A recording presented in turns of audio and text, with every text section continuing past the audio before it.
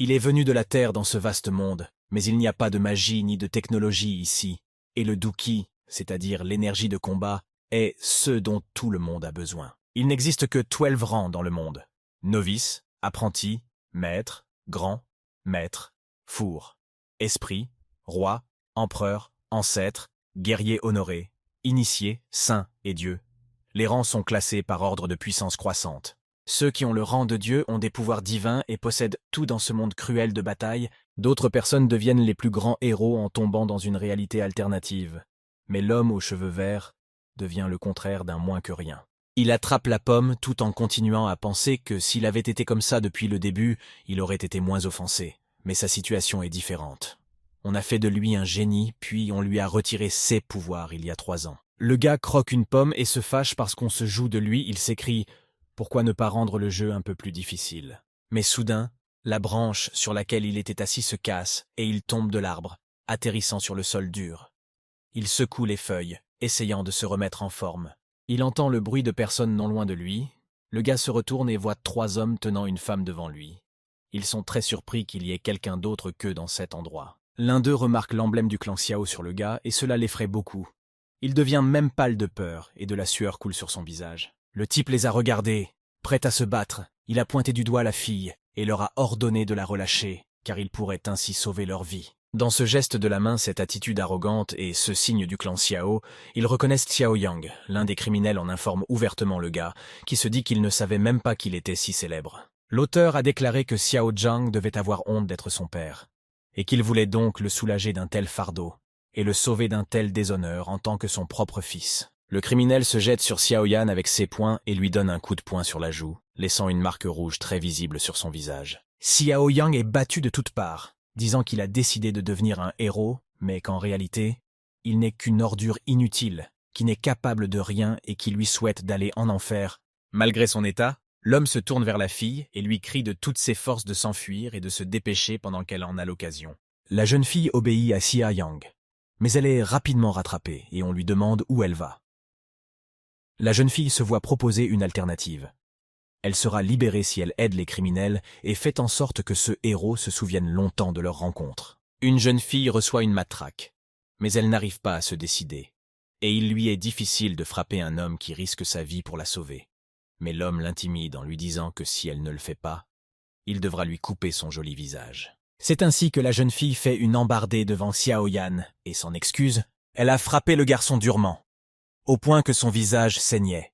Mais malgré la douleur, il a continué à sourire, se rappelant que la loi de ce monde dit que les faibles ne vivent que selon les caprices des forts, et que leur vie n'est rien, et que même la vie de l'herbe et des insectes a beaucoup plus d'importance. Soudain, une petite lumière et la silhouette d'une belle jeune fille aux cheveux longs apparurent.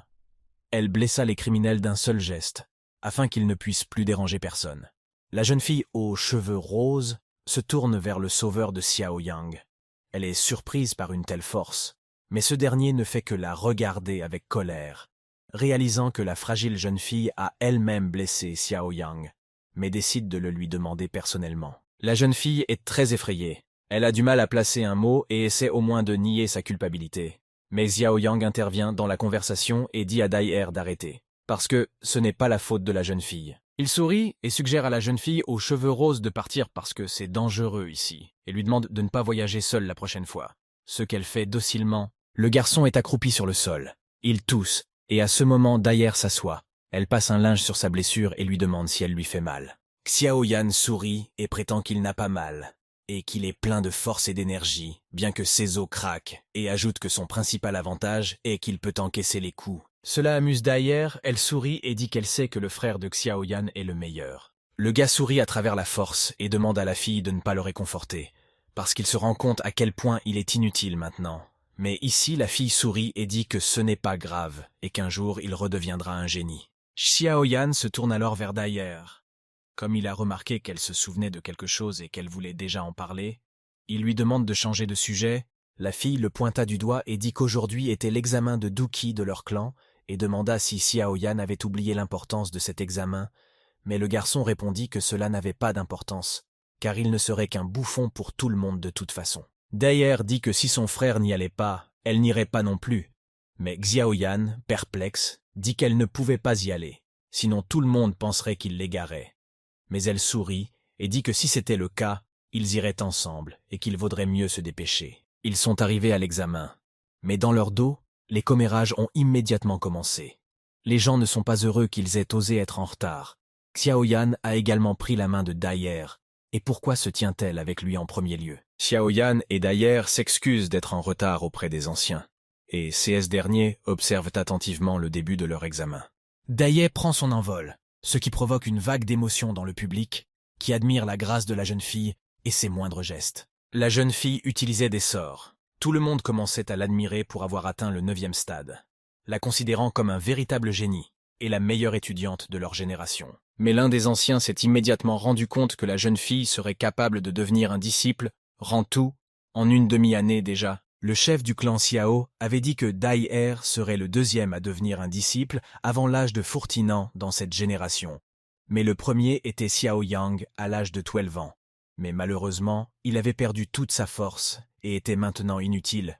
Il a été rapporté que le dernier concurrent était un Xiao Yang, mais le public ne comprenait pas où il était allé, quand soudain l'un des spectateurs a pointé son doigt vers lui. Le gars, quant à lui, a couru vers l'échelle, parce que cette station est trop haute. Mais ce comportement fait rire tous ceux qui le regardent. Les anciens se sont mis à rire du garçon. L'un d'eux a ajouté qu'il avait un bon sens de l'humour et que s'il devenait clown, il pourrait se nourrir lui-même. Le gaz a touché le mur qui montre la force d'une personne. Il a supplié pour qu'un miracle se produise. Mais cela lui a seulement montré qu'il était un novice au stade 3. Soudain, les aînés apprennent que Ji-e et MLL Nalan du clan Yunlan viennent leur rendre visite. À leur arrivée, les gens commencèrent à raconter que le clan Yunlang était la faction la plus puissante de l'Empire, et qu'ils n'avaient pas à venir assister à l'examen. Mais en même temps, il y avait des rumeurs selon lesquelles le plus jeune fils du clan Xiao allait devenir le prochain chef du clan Yunlang. La jeune fille aux cheveux roses est sortie et a été immédiatement accueillie par des acclamations. Les garçons ont admiré sa beauté et l'ont comparée à un ange. L'aîné a été informé que des personnes étaient déjà arrivées. Il a donc décidé de sortir et de saluer l'aîné Ji-ye, en lui disant que sa visite était un grand honneur. Pendant ce temps, Xiao Yang se repose sur le toit, essayant d'oublier tous ses soucis et de se détendre. Il s'est endormi. Daier s'est approché de lui et l'a réveillé. Il était un peu mécontent que son beau sommeil ait été interrompu, mais la jeune fille l'a informé qu'elle avait de bonnes nouvelles pour lui. Le garçon dit qu'il n'a pas entendu de bonnes nouvelles depuis longtemps et demande à dormir. Mais Daier continue en disant que Nalan est déjà là. Sa fiancée, désignée avant la naissance, et elle est ici très probablement à cause de la cérémonie de mariage. Ces mots ont beaucoup surpris Xiaoyan. L'homme sourit, disant que personne ne veut épouser quelqu'un qu'il ne connaît même pas, et ajoute que Daier et lui sont amis depuis l'enfance, et qu'elle serait bien plus heureuse de l'épouser. Daier dit au garçon que Nalan deviendra le chef du culte de Yunlan, et qu'elle comprendra peut-être alors pourquoi le garçon a perdu ses pouvoirs. Elle ajoute également qu'elle parle d'elle-même à la 3e personne tant que son frère est heureux, même si Daier doit devenir servante dans son domaine.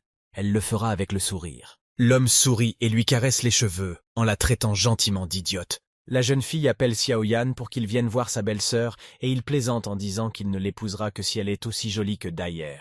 Ils commencèrent à observer la jeune fille et Xiaoyan réalisa qu'elle était vraiment belle, mais qu'elle n'était pas comparable à son amie. Mais il était également tendu par l'atmosphère qui régnait dans l'air en ce moment. L'ancien offre aux anciens du clan Xiao des épées, des élixirs et des armes. Il dit que les élixirs sont fabriqués par le roi des élixirs Gui, personnellement, et qu'ils peuvent grandement augmenter la valeur du Duchi. Et les anciens regardent avec admiration, sachant que le roi des élixirs est de rang 6, et que même les gens de rang roi font la queue pour les élixirs. Ils ont compris que le clan Yunlan est vraiment fort, et que leur clan gagnera beaucoup de ce mariage. Mais soudain, Zhang Xiao intervient dans la conversation en disant que personne ne donnerait une telle chose pour rien et que le clan Yunlan veut sûrement quelque chose en retour. L'ancien dit qu'ils ont une demande qu'ils sont les seuls à pouvoir satisfaire. C'est pour Nalan, et maintenant elle est la seule apprentie de leur chef, et le destin du clan dépend de son avenir. L'ancien essaie de terminer sa pensée, mais il a du mal à le faire. Naline intervient alors dans la conversation, s'excuse pour sa franchise et dit fermement qu'elle est ici pour annuler ses fiançailles avec Xiaoyan. Xiaoyan a été surpris d'apprendre que sa fiancée voulait annuler les fiançailles. Mais il ne comprenait pas la raison de ses intentions, tandis que la sœur de Daier s'inquiétait de sa réaction aux fiançailles. Le patriarche répond qu'il s'agit d'une plaisanterie, car ce mariage a été organisé et prescrit il y a longtemps. Ce à quoi ils répondent qu'ils comprennent que la demande est très inattendue, et que par conséquent, Le chef de clan est prêt à donner tout ce qu'ils veulent comme compensation. Tout ce qui reste à faire est de le demander. L'homme répétait que le clan Xiao pouvait demander tout ce qu'il voulait, mais que le mariage était annulé et qu'il n'y avait aucun moyen de changer cela. Zhang Xiao était très en colère. Il a dit d'une voix ferme et décidée que le clan Yunlang ne devrait pas tester sa patience, tout en continuant à regarder l'aîné avec une sorte de colère. Mais il ne cède pas à la provocation. Il reste sur ses positions et dit qu'il n'est pas là pour discuter, mais pour mettre les faits en évidence. Zhang Xiao n'en pouvait plus. Il entra dans une rage de lion de niveau moyen à celui de Shuang. Et l'aîné n'eut d'autre choix que de lui fournir sa lame feuille d'été, dont le niveau était inférieur à celui de la rage de Zhang Xiao. Mais soudain, Jan Er fait irruption dans le bâtiment et demande à tout le monde de mettre fin à cet outrage. Malgré sa position et son manque de magie forte, le gars dit cela avec une certaine assurance. Il se tourne ensuite vers Nalan et lui demande si son grand-père lui a donné la permission de rompre les fiançailles. La fille dit qu'elle est la seule à pouvoir faire son propre destin et qu'elle ne veut pas que quelqu'un d'autre contrôle sa vie. Elle pointe la paume de sa main vers elle-même tout en regardant les garçons et leurs réactions. Ces mots ont beaucoup blessé Xiaoyan. Il a pensé au mot « accomplir le destin » mais il se considère comme un perdant et se demande s'il peut faire son propre destin. L'aîné a dit. Il ne voulait pas contrarier le patriarche, mais Nalan est la disciple préférée de leur chef et a un brillant avenir devant elle. Alors que Xiaoyan n'est pas comme ça, l'aîné voulait ajouter sa propre phrase. Mais dès qu'il a senti le regard de Xiaoyan sur lui, il s'est immédiatement senti mal à l'aise. Xiao Yang s'accrochait de toutes ses forces, mais il ne pouvait pas le supporter. Il serra son poing dans sa main et demanda si l'aîné voulait dire qu'il n'était pas digne de Nalan. Le poing de Xiao Yang se serra fermement, et on entendit le craquement de ses articulations.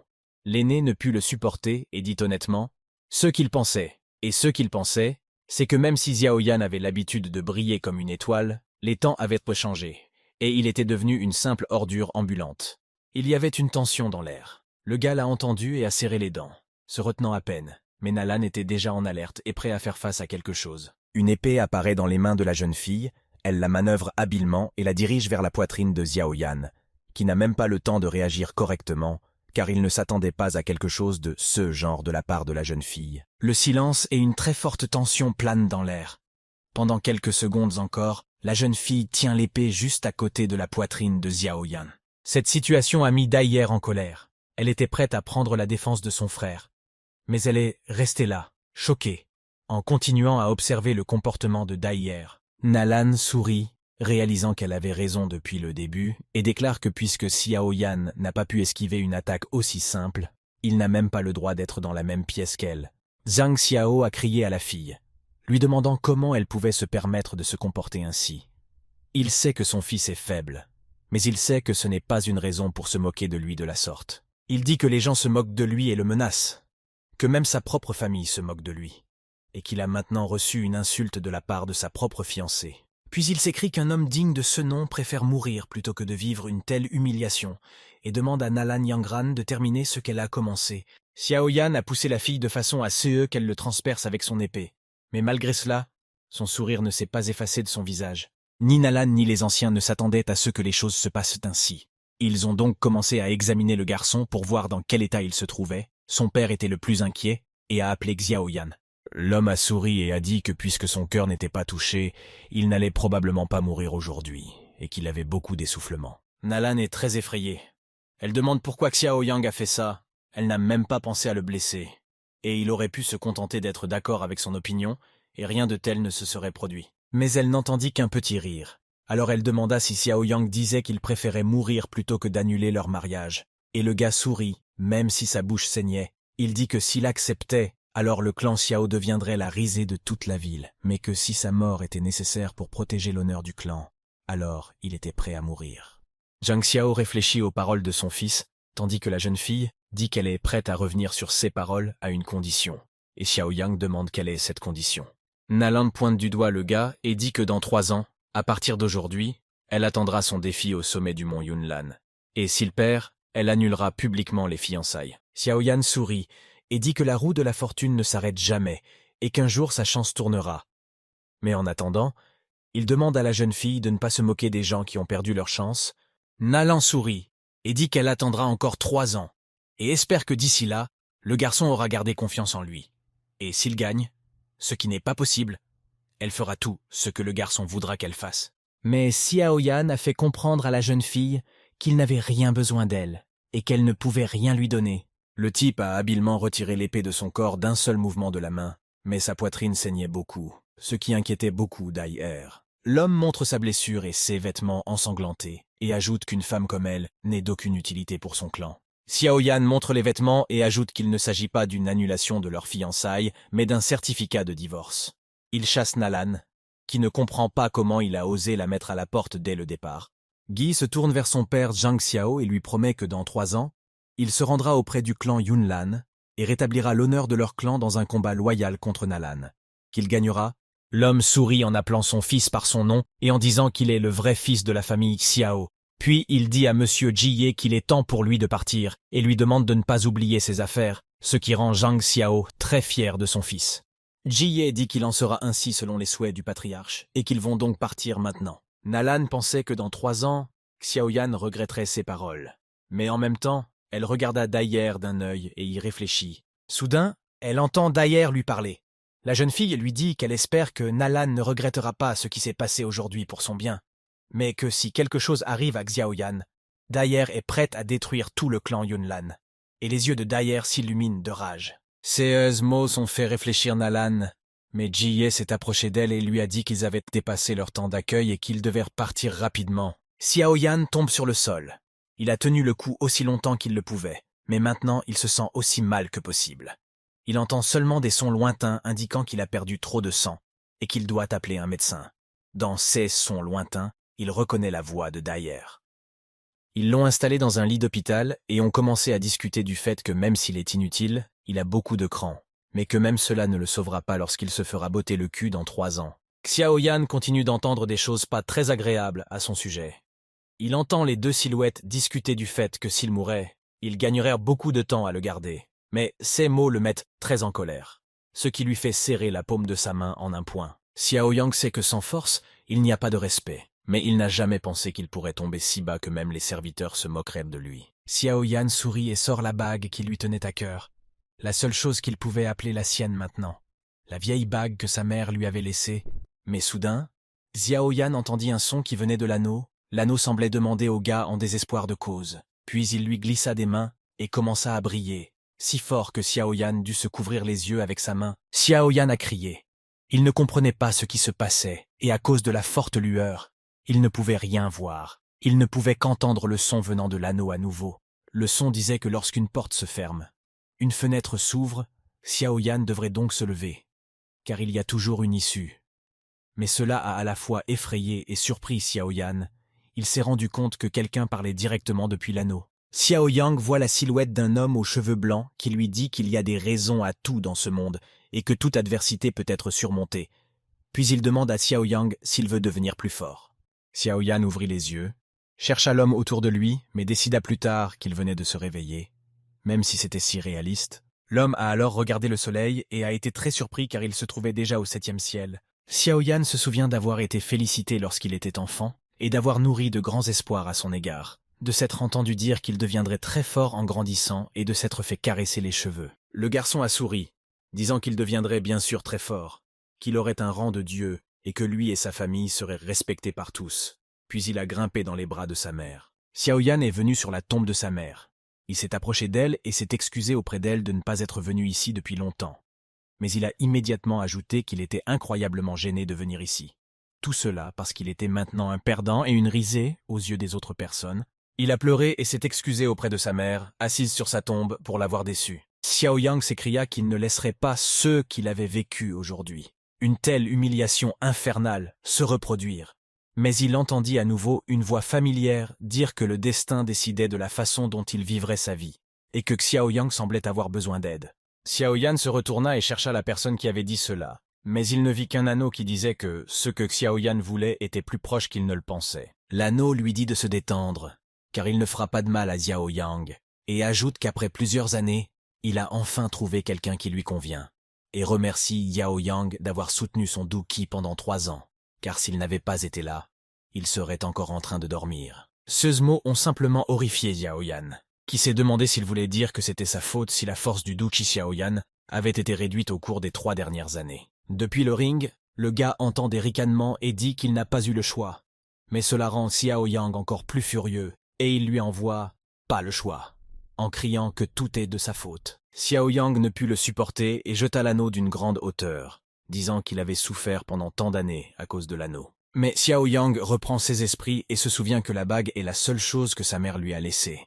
Mais il est trop tard, car il jette la bague loin de lui. Soudain, il entend un bruit venant de la bague. Une voix d'homme dit que Xiao Yan est un imbécile. Encore jeune et avec un si mauvais caractère, Xiao Yan regarde autour de lui, essayant de trouver sa bague en bas. Soudain, l'anneau s'envole dans les airs, et au-dessus se trouve un homme aux cheveux blancs, celui que le jeune homme avait déjà vu une fois. Il dit qu'ils se sont rencontrés à nouveau, et sourit à Xiao Yan. Cela surprend Xiao Yan, car il se rend compte que la dernière fois qu'il a rencontré cet homme, ce n'était pas un rêve, et il demande donc à l'homme aux cheveux blancs, un peu prudemment, qui il estimait. L'homme le regarde attentivement et lui demande pourquoi il a l'air si malheureux, alors qu'il ne se nourrit de son doux qi que depuis 3 ans. Mais Xiao Yan serre le poing, n'appréciant pas le geste de l'homme, et lui demande de ne pas dire de bêtises. Xiao Yang a attaqué l'homme avec son poing et a voulu le frapper très fort, en disant qu'il n'avait aucune idée du nombre d'humiliations et d'échecs que Xiao Yang avait dû vivre au cours de ces 3 années. Mais la main de Xiao Yan est passée au travers, ce à quoi il ne s'attendait pas du tout. L'homme sourit en regardant les tentatives inutiles de Xiao Yan de lui faire du mal. Il demande s'il n'a pas mûri pendant ces 3 années d'humiliation, mais Xiao Yan demande en se moquant s'il devrait remercier l'homme aux cheveux blancs pour cela maintenant. L'homme sourit et dit au garçon de faire attention, car il risque d'ouvrir des plaies et de perdre à nouveau beaucoup de sang. Mais cela rend Xiao Yang encore plus furieux, car il dit que s'il n'avait pas été là, il n'aurait jamais eu à traverser ce qu'il a traversé pendant 3 ans, et qu'il serait encore fort aujourd'hui. Xiao Yan était fou de rage. Il serra le poing encore plus fort et continua à parler, disant que s'il n'y avait pas eu cette personne, il n'aurait pas eu à endurer l'humiliation de sa belle-sœur qui avait décidé de rompre leurs fiançailles. Il pointait déjà son poing sur l'homme lorsque ce dernier a soudain émis le signal qu'il pouvait retrouver ses forces. Xiao Yan s'arrêta et interrogea l'homme sur ce qu'il venait de dire pour s'assurer qu'il avait bien entendu. Et en réponse, il entendit à nouveau que l'homme pouvait le rendre aussi fort que lui à nouveau. Mais Xiao Yang continue. Il donne des coups de pied à l'homme et souhaite sa mort. Mais comme auparavant, ses coups glissent sur l'homme, le traversent comme s'il était un esprit. L'homme demande à Xiao Yang ce qu'il fait, et Xiao Yang lui répond qu'il sait maintenant où se trouvait son doux qi depuis 3 ans, mais qu'avec son talent, il n'a pas besoin de l'aide des hommes sur le ring. L'homme entame un dialogue sur Nalan, disant que cette fille a un grand talent et qu'il n'est pas inférieur à celui de Xiao Yang. Donc la vaincre en 3 ans sera un sérieux défi. Et il ajoute que Xiao Yang ne se débarrassera pas de lui, donc il peut abandonner tout de suite. Il se rend compte que jurer n'est pas approprié dans le cas présent, et que la chose la plus importante pour lui est de reprendre des forces. Mais en même temps, il se rend compte que ses chances d'atteindre la 7e étape en 1 an ne sont pas bonnes. Xiao Yan se tourne vers l'homme et lui demande s'il a une idée. Et celui-ci sourit largement, disant qu'il a peut-être une chance. Xiao Yang lui propose de lui faire part de son idée, et lui demande également comment il comprendrait s'il le trompe. Des éclairs de feu sont apparus autour de l'homme et il a dit que s'il voulait une preuve, elle était juste devant lui. Mais Xiao Yan n'a pas apprécié le geste et a crié qu'il était dangereux de jouer avec le feu. Xiao Yan est surpris de constater que, bien qu'il s'agisse de feu, il fait très froid. Mais l'homme explique qu'il ne s'agit pas d'un feu ordinaire, mais de l'essence de la flamme. L'homme ajoute que toutes les lumières s'inclinent en présence de l'essence de flamme. Il a l'air assez suffisant en démontrant sa force à Xiao Yang. Xiao Yang est très choqué. Il demande ce que c'est, parce que le feu autour de l'essence de flamme se prosterne devant elle. Le gars pense que c'est un pouvoir incroyablement grand, et l'homme dit que c'est un symbole de la flamme, et que tout le feu autour est à son service. L'homme serre sa main d'un certain geste, et il n'y a plus de trace du feu. Après tout cela, l'homme sourit avec suffisance et se tourne vers Xiao Yan pour lui demander s'il est convaincu de ses capacités. Xiao Yang a une idée intéressante. Il propose à l'homme que s'il l'aide à surmonter la 7e étape de l'entraînement, il oubliera tout. Ce qui s'est passé pendant ces 3 années. L'homme commence à s'excuser, mais il n'a même pas le temps de parler que Xiao Yan l'interrompt et lui dit que puisque c'est le cas, il n'y aura pas d'accord. L'homme s'en va en disant que l'homme doit alors chercher une autre personne et trouver une autre bague ou un autre collier à mettre là. Mais l'homme lui demande d'arrêter. Il se dit que Xiao Yan sait vraiment négocier, mais l'homme se rend compte qu'il a plus besoin de Xiao Yan que lui, et qu'il doit donc prendre le risque. Un homme se tourne vers Xiao Yan et lui demande s'il veut devenir alchimiste. Cette question l'amène à s'arrêter et à réfléchir à la proposition. À ce niveau, il existe une profession d'un niveau supérieur à celui d'un combattant d'Uki. Les gens les appellent les alchimistes. Ils peuvent créer différents élixirs qui ont des propriétés incroyables. Certains d'entre eux sont si rares qu'ils coûtent aussi cher qu'une ville entière. Xiaoyan fut très surpris par cette suggestion et lui demanda s'il plaisantait, car tout le monde veut devenir alchimiste. Mais pour cela, il faut remplir les conditions les plus strictes. Après quelques secondes, les yeux du type s'illuminèrent, et il lui demanda s'il correspondait vraiment aux normes.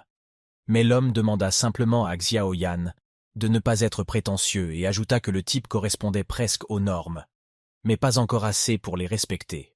Xiaoyan dit que ce n'est pas un problème qu'il soit encore faible et ajoute que pour devenir alchimiste, il faut avoir un professeur pour enseigner cette compétence. Après avoir réfléchi un moment, il a pointé son doigt vers l'homme et lui a demandé s'il était le professeur. Mais celui-ci a souri et a dit qu'il était un alchimiste et qu'il pouvait enseigner à Xiaoyan comment le faire. Xiao Yang soupçonne à nouveau l'homme de mentir car il n'y a que quelques douzaines d'alchimistes dans le monde, et comment quelqu'un comme lui peut-il être alchimiste demande Xiao Yang, et ajoute une question sur son rang, car tout le monde sait que les alchimistes sont divisés du rang 1, le plus faible, au rang 9, le plus fort. L'homme répondit qu'il ne se souvenait pas de son rang, puis se tourna vers Xiao Yan et lui demanda s'il allait apprendre de lui. Et le garçon se leva en position de combat, disant qu'il était prêt à apprendre, et salua son maître. L'homme sourit et dit qu'il s'appelle Yao Lao, et qu'à partir de maintenant, ils sont professeurs et élèves. Xiao Yang sourit, il est heureux car maintenant que Yao Lao est son professeur, il va lui apprendre à fabriquer des élixirs, il a hâte de le faire. Yao Lao dit que même s'il voulait lui apprendre à fabriquer des élixirs, il ne pouvait pas encore le faire, car il devait d'abord apprendre à contrôler le feu, ajoutant que pour devenir alchimiste, il devait devenir un doujie et avoir une capacité de feu de type Duqi. Mais le garçon ne posa que des questions sur le type de feu. Les capacités du Duqi sont divisées en four-classes, Tian, Di, Shuang, Huang. Xiao Yan tend avec admiration les mains vers le maître et lui demande de lui donner des capacités de feu pour qu'il puisse les essayer. Yao Lao frappa le garçon sur la tête et lui demanda s'il pensait que les pouvoirs poussaient sur les arbres. Le garçon répondit que son professeur ne lui avait pas appris à fabriquer des élixirs et ne lui avait pas donné de pouvoir, et il traita Yao Lao de vieil avare. Yao Lao se détourne de l'homme pour que Xiao Yan puisse seulement voir ses longs cheveux blancs, après quoi il dit qu'il n'a pas les capacités de Tian, mais qu'il a quelque chose de mieux, et demande ensuite à l'homme s'il est intéressé de savoir ce que c'est. Le garçon était impatient de savoir à quoi ressemblait la classe, et il a donc interrogé le professeur à ce sujet. Il a appris qu'il s'agissait de la classe Huang, le niveau le plus bas de tous, et il a alors crié très fort, pas du tout content de cette nouvelle, demandant quel était l'intérêt de l'apprendre à ce moment-là. Yao Lao demande à Xiao Yang s'il veut savoir pourquoi cette capacité est si spéciale. Et ce dernier continue d'insister en disant que c'est particulièrement nul. Yao Lao dit que cette capacité peut évoluer, mais cela ne provoque que les rires de Xiao Yang, qui dit que c'est très drôle, et qu'il n'a jamais rien entendu de tel auparavant. Et d'ailleurs, ni Yao Lao ni personne d'autre ne l'a appris. Et le professeur dit qu'il y a beaucoup de choses étranges dans le monde. Xiao Yang traite le professeur de menteur. Mais celui-ci lui répond que tout ce qu'il a dit est vrai, mais que même ainsi, les capacités n'ont plus d'importance maintenant. Il sort une liste, et dit que la première tâche de Xiao Yang est d'acheter tout ce qui se trouve sur la liste. Xiao Yan est très choqué après avoir vu la liste et se demande si le professeur n'a pas décidé de lui faire une blague comme ça. Les anciens ont appris qu'ils avaient décidé de faire passer la cérémonie de maturation d'une fois tous les 3 ans à une fois par an. Mais ces mots ont mis Zhang Xiao en colère, car personne ne l'avait prévenu de cette décision.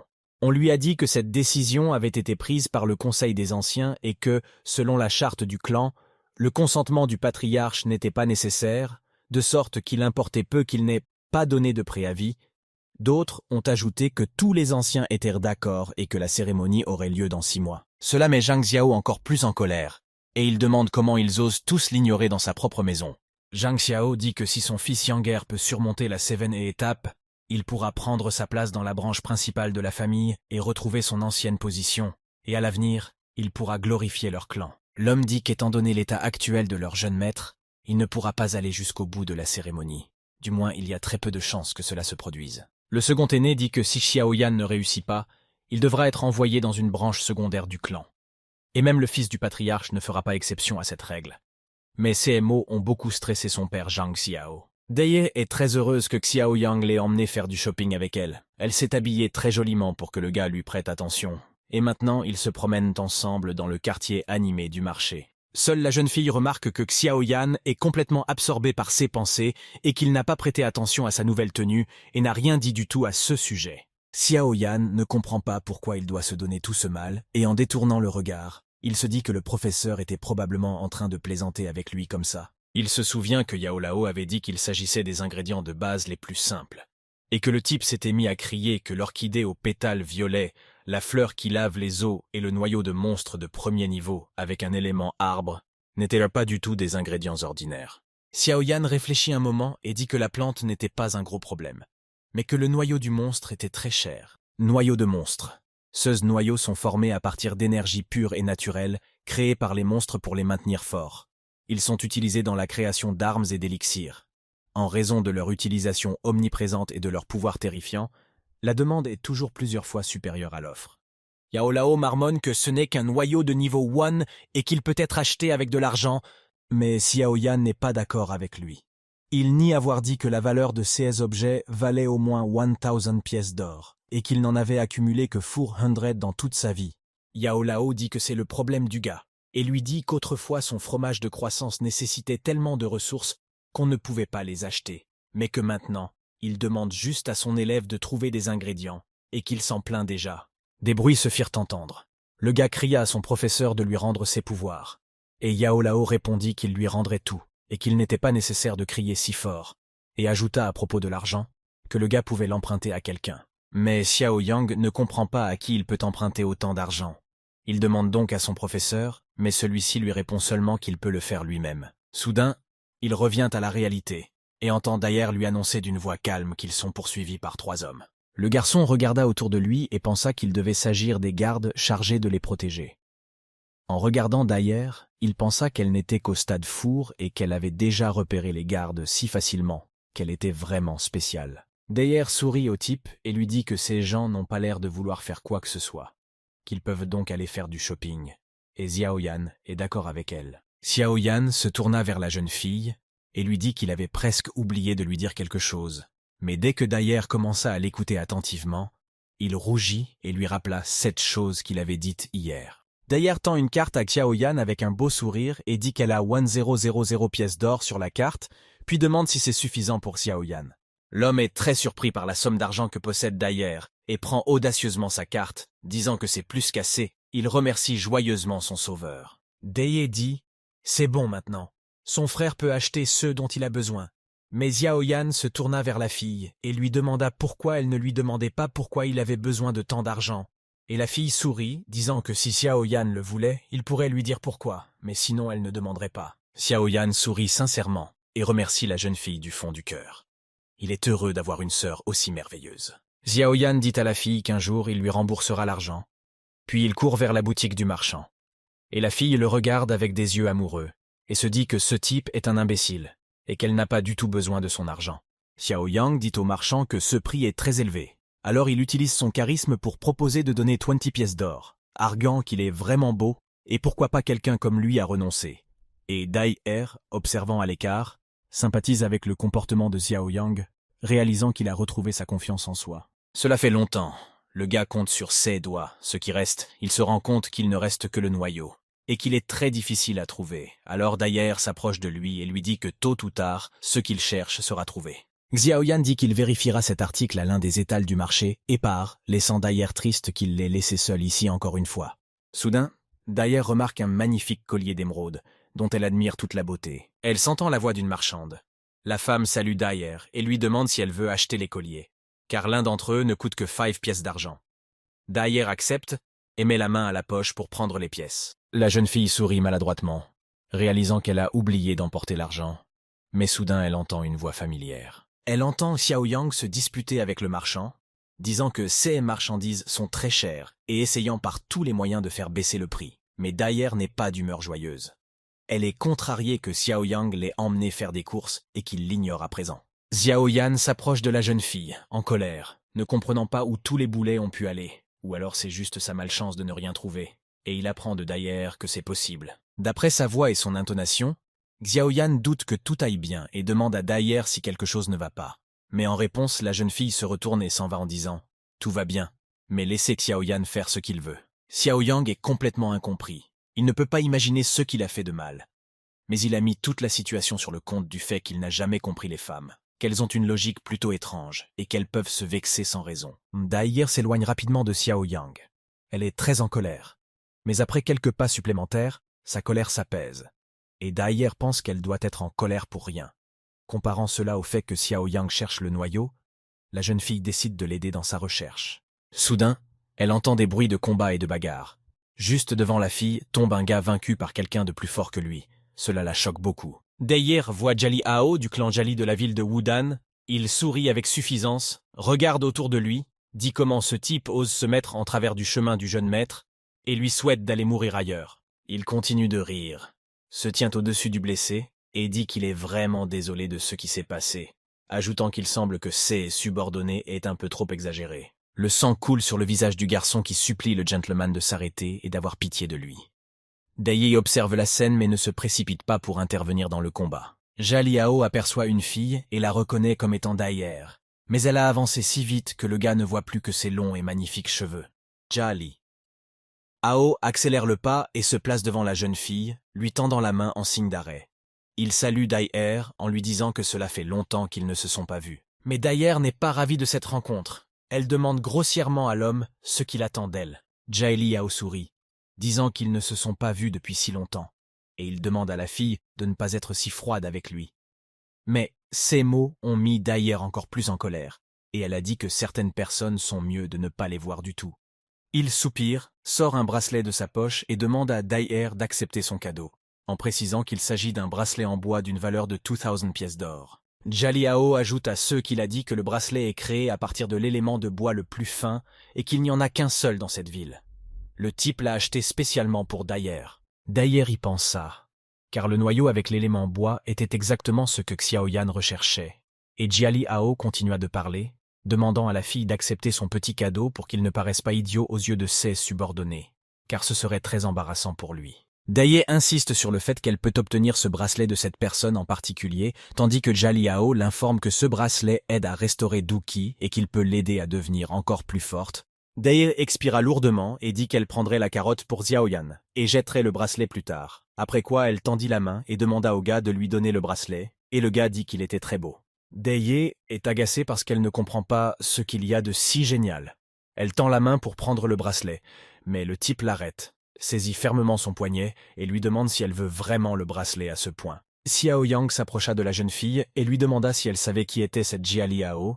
Xiao Yang prit fermement la main de la jeune fille pour la soutenir. Xiao Yan se tourne vers Jali Hao et lui demande de prendre ses affaires et de ne plus s'approcher de Daïr. Jali Hao le nie en disant que leurs familles font partie de l'élite de la ville et qu'il est donc normal de s'offrir de tels cadeaux, mais que le fait de les refuser pourrait ruiner les relations entre les clans. Le subordonné de Jali Hao a dit à Xiao Yang que les ordures comme lui ne devraient pas parler au maître et qu'il est juste jaloux de lui, et le gars a souri et a dit que tout le monde sait ce qui se passe dans le petit cerveau de monsieur Jali Hao. Le gars a dit qu'il était juste poli et qu'il rendait Mademoiselle Daïr encore plus belle, mais cela a fait rire Xiao Yan, et il a dit que la beauté de cette fille ne concernait pas Jali Hao. Xiao Yan se tourna vers la jeune fille, tenant le bracelet d'émeraude à la main. Il dit que si elle voulait un bracelet, il en avait un pour elle. C'était juste celui que la jeune fille avait regardé, mais qu'elle n'avait pas pu acheter plus tôt. Daïr fut très surprise car elle se souvenait que ce bracelet était exactement le même que celui qu'elle avait regardé auparavant. Le type a proposé à Daïr de l'emmener, mais cela a fait beaucoup rire Jali Hao et toute son équipe. Jali Hao dit que ce n'est pas cher et demande à quel prix il l'a acheté. Il ajoute que même la poussière sur son bracelet vaut bien plus que cet objet bon marché. Il s'est ensuite rapproché de Daïr et lui a dit que seul le meilleur bracelet pouvait mettre en valeur sa beauté. Mais cela met la jeune fille dans une position délicate, d'un côté son ami avec son bracelet, et de l'autre Jali Hao avec un bracelet très coûteux. Jali Hao murmure à son adversaire de trouver d'abord l'argent, puis d'apprendre à flirter avec les filles.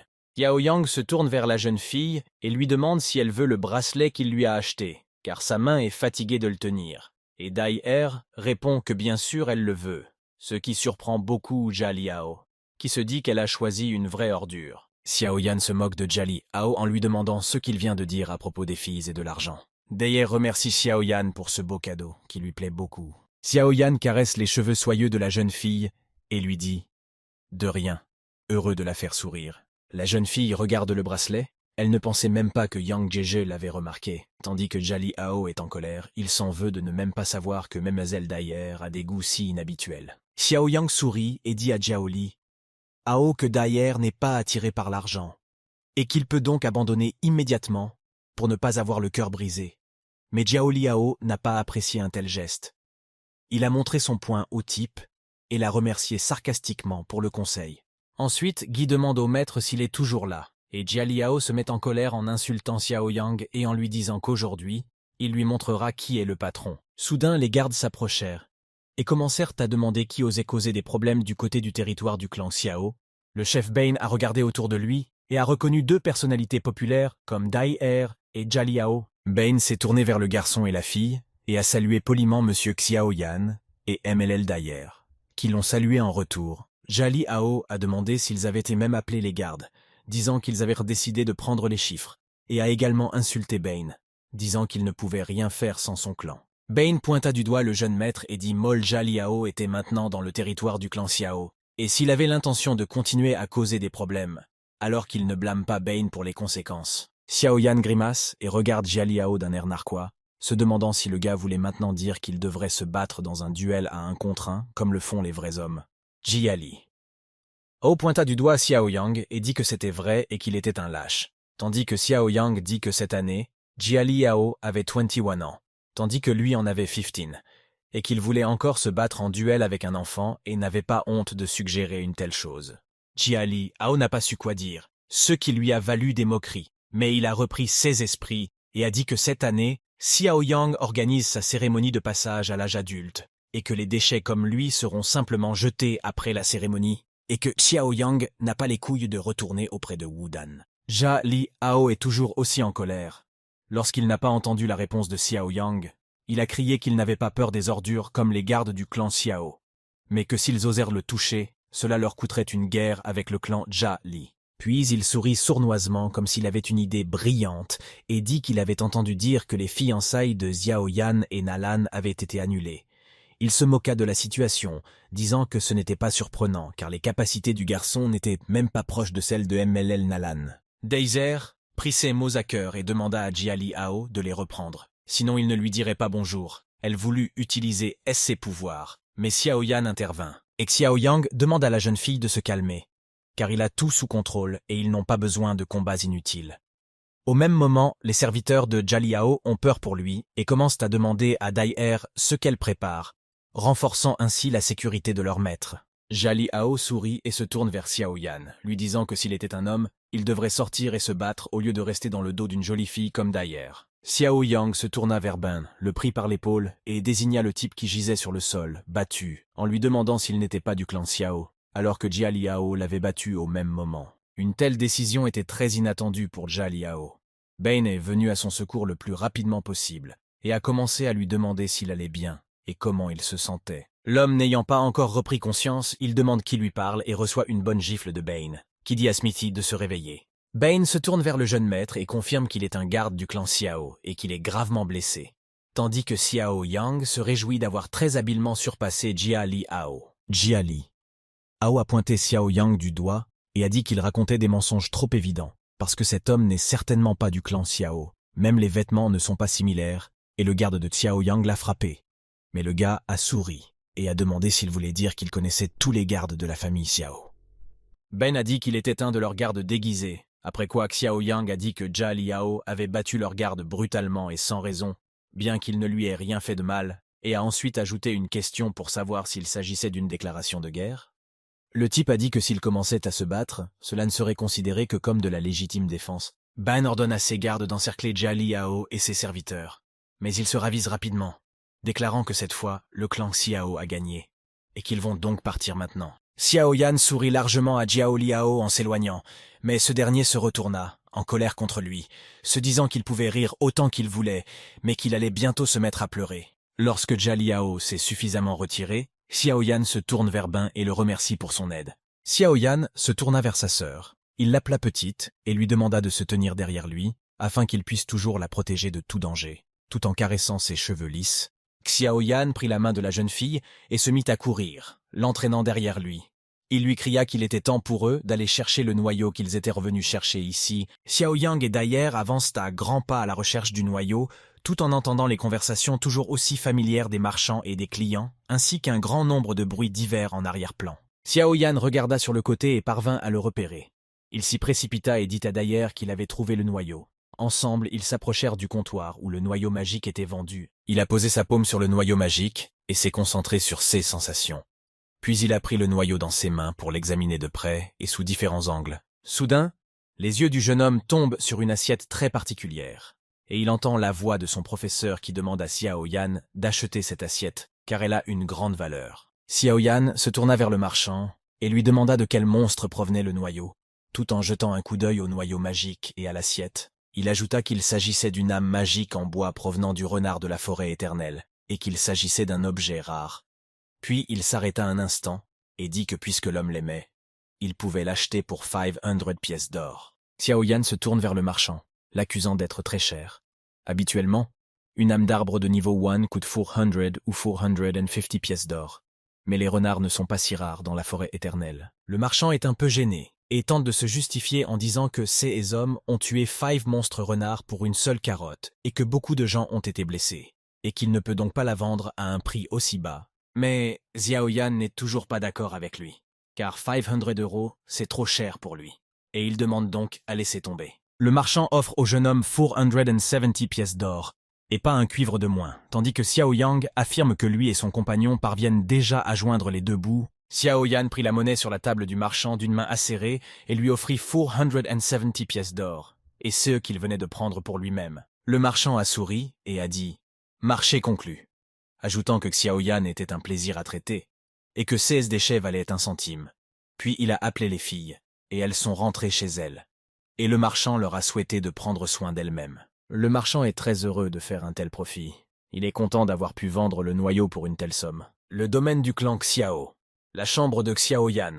Il a étalé tous ses achats sur la table devant son professeur, espérant qu'il en ferait bientôt un bon alchimiste. Yao Lao dit que le garçon a fait du bon travail, mais qu'il devrait être prudent, même lorsqu'il achète des choses.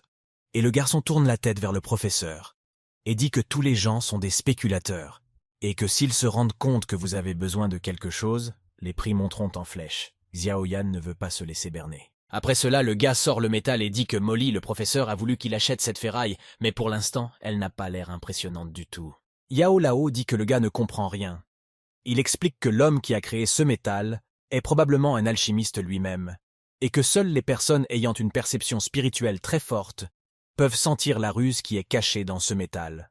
Xiao Yan était sur le point de dire quelque chose quand son professeur l'a interrompu, et a dit que les capacités de Duki étaient cachées à l'intérieur de cette chose. Le garçon sourit et demande à quel niveau se situent ses capacités. Mais le professeur n'est pas très content, car il ne s'agit que de la capacité de Shuang, la moins bien classée, mais même cela rend Xiao Yan heureux et enthousiaste.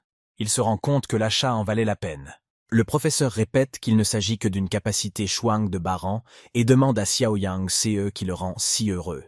Il répond en souriant qu'une telle capacité vaut 10,000 pièces d'or et qu'il l'a obtenue à partir d'un morceau de métal. Le professeur demande à son élève de faire preuve d'un peu de dignité, car lui-même ne regarderait même pas une capacité aussi médiocre. Xiao Yan explique que la compétence la plus forte de leur clan appartient à la compétence de niveau moyen de Shuang, ce qui signifie qu'elle n'a qu'une longueur d'avance sur elle, et c'est la compétence la plus forte que Xiao Yan ait vue.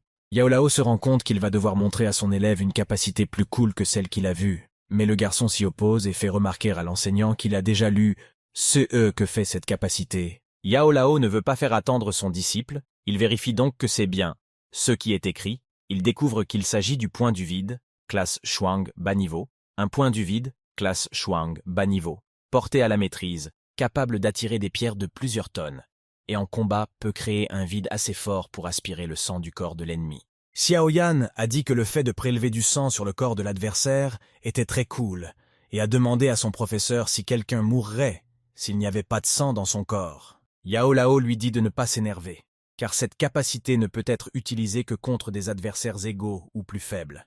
Et si le gars l'utilise contre quelqu'un de plus fort que lui, il sera juste à côté de lui et il sera mort. Le professeur a dit qu'avec le 3e niveau de force du gars, il serait bon qu'il puisse au moins atteindre une brindille, mais le sang était hors de question. Après cela, le professeur était sur le point de jeter cette capacité, mais Xiaoyan l'en a empêché. Yao Lao lui demande d'oublier ce faire pour le moment, car il y a des choses plus importantes à faire en ce moment. Yao Lao demande à Xiao Yang d'être prudent, car il va maintenant commencer à fabriquer l'élixir. Les gardes sont arrivés dans l'immeuble du jeune homme, ils ont vu un panneau très inhabituel et se sont demandé ce qu'il signifiait, s'il s'agissait d'un panneau interdisant aux gens d'entrer. Mais en même temps, ils ont été troublés par les bruits provenant de la chambre du jeune homme. Le professeur demande au garçon d'observer attentivement ses mouvements, car il commence déjà. Il manœuvre très habilement les feuilles, les séparant puis les réassemblant sous forme liquide, ce qui surprend beaucoup Xiao Yan. Le professeur combine ensuite le tout avec son feu et de petites taches vertes apparaissent en même temps. Xiao Yan est véritablement émerveillé par ce qu'il voit. Il a envie de recommencer et rêve que lorsqu'il deviendra alchimiste, il pourra faire la même chose. Selon Yao Lao, pour devenir alchimiste, il faut non seulement du talent, mais aussi une forte perception spirituelle. Après cela, le professeur examine Xiao Yan et dit qu'il a la perception spirituelle nécessaire. Et le garçon sourit, se disant que ses souvenirs de sa vie passée sur Terre lui ont été utiles ici aussi. Le professeur nous dit que la chose la plus importante lors de la création d'un élixir est de contrôler le feu, car des matériaux différents nécessitent des températures de flamme différentes, et si vous faites ne serait-ce qu'une erreur, tout le travail sera réduit à néant. Selon lui, la perception spirituelle permet de mieux percevoir les changements dans les flammes et les matières premières, ce qui facilite la création d'un élixir, de sorte qu'il est évident qu'un alchimiste doit bien maîtriser la perception spirituelle. Yao Lao a dit que pour que Xiao Yan devienne l'un des alchimistes, il devait apprendre à contrôler au moins un type de flamme. Seuls ces mots sont parvenus aux oreilles de Xiao Yan, qui a admis qu'il ne comprenait rien à ce que le professeur essayait de lui expliquer. Yao Lao dit au garçon de ne pas s'inquiéter, car il finira par tout comprendre, mais pour l'instant, il doit simplement observer ce que fait son professeur. L'enseignant touche le noyau, fait quelques mouvements avec ses mains tout en contrôlant la flamme, et en laissant le liquide couler entre les doigts de ses deux mains. Xiao Yan observe très attentivement l'image du noyau qui s'étale dans les mains de son professeur, et cela le stupéfie. Yao Lao tient une goutte au-dessus de sa main, puis la transfère dans la jarre. Le professeur dit que l'élixir des fondations spirituelles est prêt, et demande à Xiao Yang s'il est prêt à l'utiliser, mais Xiao Yang le comprend mal et tend la main vers l'élixir pour le boire. Mais le professeur l'arrête précipitamment et lui demande de ne pas en boire le contenu. Xiao Yang, qui tient l'élixir dans sa main, est en colère. Il ne comprend pas si cet élixir n'est pas à boire, alors il demande à son professeur c'est eux qu'il en estimate. Yao Lao a dit que Xiao Yang pouvait boire l'élixir s'il voulait mourir, car s'il buvait le contenu, ses entrailles exploseraient et il deviendrait un déchet, ce qui a effrayé Xiao Yang, et il a demandé comment il pouvait l'utiliser s'il ne le buvait pas. Le professeur a expliqué que cet élixir devait être placé dans l'eau et pratiqué dans l'eau. Xiao Yang est perplexe. Il ne comprend pas quel bénéfice il peut tirer de ces manipulations de l'eau, et demande donc avec sarcasme si sa peau deviendra plus lisse. Le professeur lui demande d'arrêter de s'énerver et de suivre ses conseils, car il ne donnera pas de mauvais conseils. Le professeur l'informe qu'avec cet élixir et son utilisation correcte, le garçon pourra atteindre la 7e étape en un an seulement, comme il le souhaitait. Le professeur demanda à Xiao Yan pourquoi il devait mentir à son élève, et lui demanda de se dépêcher d'aller chercher de l'eau, ajoutant qu'elle ne suffirait que pour quelques mois et qu'il faudrait ensuite acheter d'autres ingrédients. Xiao Yan était très mécontent que son professeur le ruine à ce point, et il alla chercher de l'eau, une bouilloire sur la tête et des seaux d'eau dans les mains. Mais soudain, il entendit son nom et sentit qu'on lui touchait l'épaule. Le garçon eut très peur car son père était derrière lui. Le garçon s'est excusé auprès de son père pour l'avoir accidentellement arrosé. Il ne s'attendait pas à ce que son père vienne, mais il a dit que ce n'était pas grave parce qu'il avait déjà éliminé la fièvre de son organisme. Zhang Xiao dit à son fils qu'il aimerait lui dire quelque chose. Et le garçon demande à son père de parler et de ne s'inquiéter de rien, car qu'est-ce qui pourrait être pire que ce que Xiao Yang lui a déjà récemment arrivé? Zhang Xiao raconte que les anciens ont décidé que la cérémonie de passage à l'âge adulte aurait lieu dans 6 mois au lieu d'1 an. Cela effraie Xiao Yang. Il ne comprend pas comment cela a pu arriver. Et son père dit qu'il a essayé de faire quelque chose, mais que cela n'a pas fonctionné, parce que toutes les personnes âgées étaient d'accord. Xiao Yang se dit qu'il avait prévu d'atteindre le 7e stade en 1 an avec l'aide d'un maître, mais que maintenant, ses plans changent radicalement. Zhang Xiao demande à son fils s'il comprend ce que cela signifie, et Xiao Yan répond que bien sûr, il sait que s'il échoue à la cérémonie, il sera envoyé travailler dans un endroit très éloigné. Son père a dit que ses frères aînés avaient refait cela depuis longtemps pour rendre la vie plus difficile à Xiao Yan. Mais ceux qui dérangent Zhang Xiao amusent son fils. Xiao Yan sourit en disant qu'ils ont beau essayer, Ils ne peuvent pas se débarrasser de lui. Et quand Zhang Xiao dit que l'aîné veut utiliser la cérémonie pour renforcer la position de son petit-fils Xiaoning, cela fait rire le garçon encore plus fort. Zhang Xiao s'est écrié en disant à son fils qu'il ferait de son mieux pour l'aider. Sinon il ne pourrait pas regarder le visage de sa mère quand l'heure de Zhang Xiao arriverait. Xiao Yan a demandé à son père de ne pas s'inquiéter. Et dès qu'il a dit cela, l'expression de son visage a commencé à exprimer la confiance et la volonté de se battre pour les siens. Le gaz a dit que cela ferait en sorte que tout le monde le reconnaisse. Après cela, il alla voir son professeur, qui lui demanda pourquoi il lui fallait tant de temps pour puiser de l'eau. Mais Xiao Yan garda le silence, et se contenta de verser de l'eau dans l'élixir. Puis, il vit que l'élixir se mettait à briller à l'intérieur, et cela le surprit beaucoup. Le professeur demande à Xiao Yang pourquoi il est figé et lui demande de commencer à faire ce qu'il a à faire. Xiao Yang croise alors les jambes et joint les mains comme il se doit. Le garçon se concentre très fort, pensant qu'il devrait atteindre le Seven Stade dans 6 mois, tandis que le professeur commence à observer l'élève, réalisant que le garçon a un taux d'absorption très élevé, et qu'il est donc incroyablement doué. Xiao Yan continue de se concentrer. Il ouvre les yeux en pensant qu'il va certainement devenir plus fort, puis les referme et se concentre sur sa force et ses sensations. 1 mois plus tard, Xiao Yan demanda à emprunter les parchemins et demanda également quand il devrait les rendre, tandis que le vieux grand-père répondit que puisqu'il était le jeune maître Yang, il pouvait garder les parchemins aussi longtemps qu'il en avait besoin. Puis il détourna le regard et ajouta que ses capacités n'étaient que des foutaises. Xiao Yan a pris les parchemins et a remercié l'aîné, puis il s'est dirigé vers la sortie et a entendu les souhaits selon lesquels il devait prendre soin de lui. Soudain, le gars réagit à un cri inconnu, comme le son d'un combat. Il se retourna et regarda sur le côté où il vit une foule de gens, certains criant pour soutenir Daier, et d'autres discutèrent pour savoir si Xiaoning était déjà au 2e stade, et le comparait avec le 9e stade de Daier. Le gars s'est approché et a réalisé que sa sœur Daier et Xiaoning étaient en train de se battre. La jeune fille remarque Xiao Yan dans la foule, et ne comprend pas ce qu'il fait ici.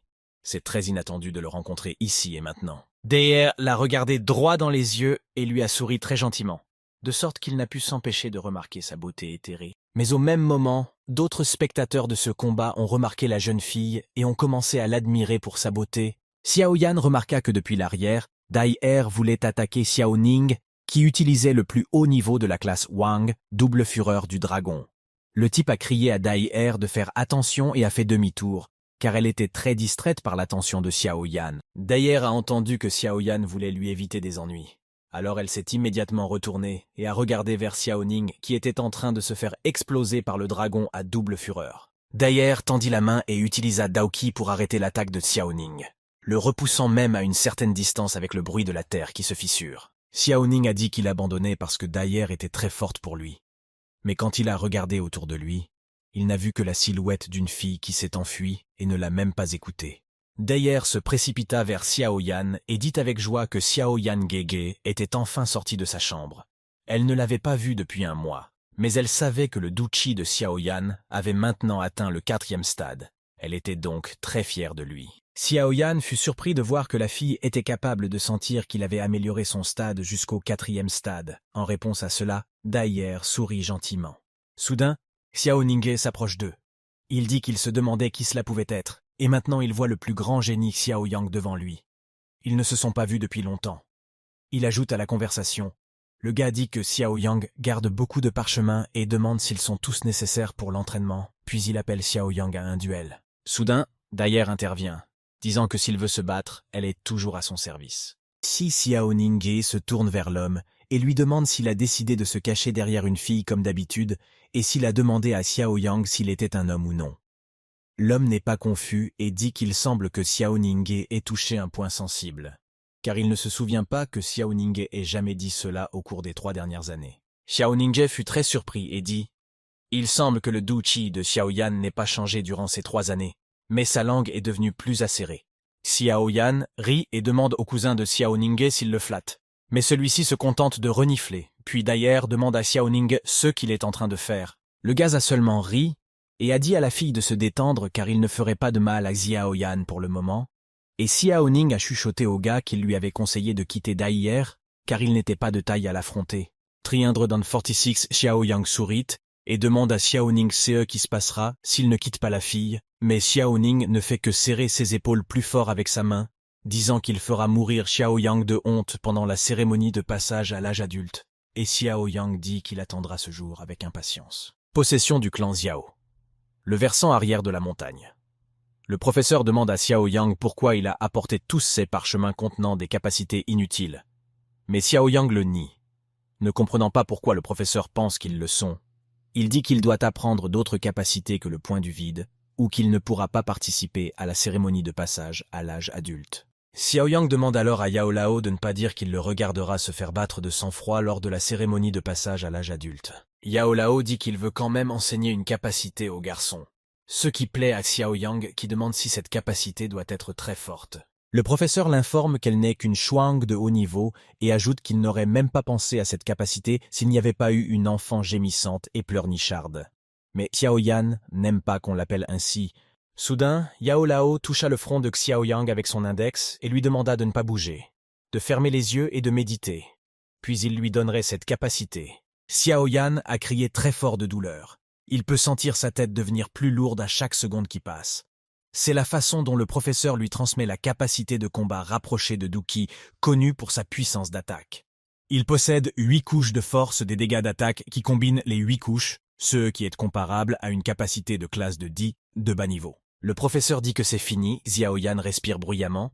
Il dit qu'il a senti une puissance incroyable et qu'il sait que son attaque est maintenant égale en force à la compétence du 10 inférieur. Xiao Yang se demande alors comment cette capacité peut l'aider à accélérer son entraînement et apprend qu'il faut beaucoup de force physique pour l'utiliser. Bien qu'il n'y ait pas besoin de beaucoup de Duki pour utiliser l'explosion d'Octane non plus, Xiao Yan se renseigne sur la force physique et découvre qu'il s'agit d'une compétence incroyablement puissante en combat rapproché. Mais si Xiao Yan décide de l'utiliser, la première chose à être détruite n'est pas du tout l'adversaire, mais les muscles du type en question. Xiao Yang était maintenant en colère. Il ne comprend pas ce qu'il doit faire. Il pense qu'il est impossible qu'il ne puisse pas s'entraîner jusqu'à ce que son corps devienne plus fort, et le professeur répond que bien sûr, le Duki est le meilleur entraînement pour son corps et que plus le Duki du gars devient fort, plus son corps devient fort. Le professeur ajoute que s'il renforce son corps, Xiao Yang sera en mesure d'entraîner la force du Duki, et le gars dit alors qu'il a réalisé qu'en s'entraînant pendant l'explosion d'Octane, il sera en mesure de renforcer son corps, et la vitesse de son Duki augmentera également, et il pourra alors faire d'une pierre 2 coups. Yao Lao dit que ce type avait raison, et que c'était le but. Mais il dit aussi que si Xiao Yang voulait augmenter sa vitesse encore plus, il avait besoin d'une incitation supplémentaire, et Xiao Yang avait un mauvais pressentiment à ce sujet. La nuit est tombée. Xiao Yan se tient debout, tout meurtri et blessé, essayant de supporter cette douleur insupportable, et entend une demande pour que le gars dise dès qu'il ne peut pas résister à l'attaque. Le professeur est surpris par l'endurance de Xiao Yang et utilise à nouveau son pouvoir sur l'élève, le poignardant dans le dos. Xiao Yang souffre beaucoup, mais il endure avec ses dernières forces. Il n'a aucune envie d'abandonner. Mais au dernier moment, Xiao Yan tombe à terre, ses mains se posant sur le sol dur. C'est alors que le professeur se rend compte qu'il aurait dû écourter l'entraînement et le faire demain. Mais le garçon a dit d'un ton très déterminé et ferme qu'il n'était pas prêt à abandonner et qu'il ne voulait pas remettre cela au lendemain. Bien qu'il ait lui-même de la sueur qui coulait sur son visage et sur tout son corps, le garçon a dit qu'il ferait en sorte que ceux qui le méprisaient se repentent. Et en riant si fort que l'air tremblait, il a ajouté que plus personne ne l'intimiderait jamais. Il se tourna vers le maître et lui demanda de frapper à nouveau. Mais Yao Lao sourit en pensant à Nalan Yangran, qui avait réveillé un véritable monstre chez le garçon. Cela fait 2 mois. Xiao Yan s'entraîne toujours dans l'eau débordante d'élixir. Xiao Yan inspire profondément, puis un bruit très fort d'éclaboussure d'eau se fait entendre dans toute la pièce. Xiao Yan se sent débordant d'énergie et d'habileté. Le garçon sourit car il avait déjà atteint le 5e stade du Duki et dit à son professeur qu'il avait déjà oublié ce sentiment. Le professeur a dit que c'était la première fois qu'il voyait une personne avec un talent aussi étonnant que Xiao Yan, et le garçon a souri, disant que le maître ne faisait que le flatter. Mais Yao Lao s'empresse de le contrarier en disant que Xiao Yang a dépensé tout l'élixir des fondations spirituelles et qu'il devra donc retourner acheter les ingrédients. Xiao Yan est très surpris que l'élixir s'épuise si rapidement et il apprend du professeur qu'une bouteille d'élixir ne suffit que pour 2 mois, mais cela inquiète beaucoup Xiao Yan.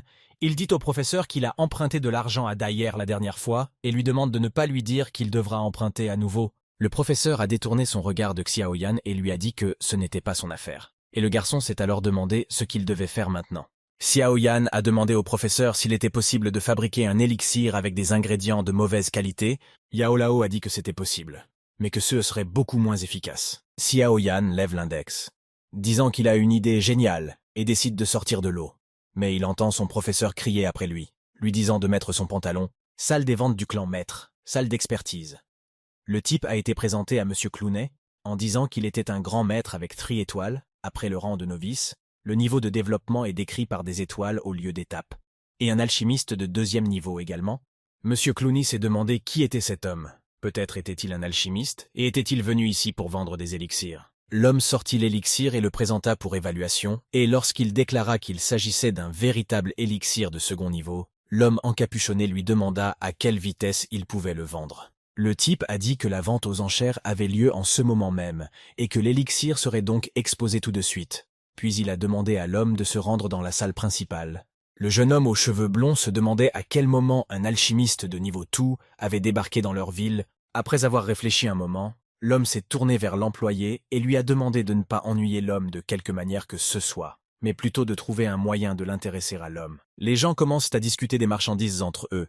L'un des visiteurs demande à son ami de regarder la première rangée, indiquant que les chefs des 3 principaux clans sont là, et qu'ils sont donc très intéressés par ceux qui sera vendu aux enchères aujourd'hui. Le bâtiment abrite le chef du clan Xiao, Xiao Zhang, le chef du clan Aoba, Aoba Pa et le chef du clan Jali, Jali Bai. Soudain, une jeune fille entre dans la salle et s'excuse de son retard.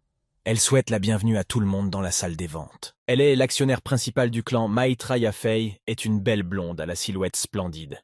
En la regardant, les téléspectateurs pensent que la soirée sera intéressante. Tous observent avec admiration les moindres mouvements de la jeune fille, amoureux de sa beauté. Mais elle ne fait pas attention à eux.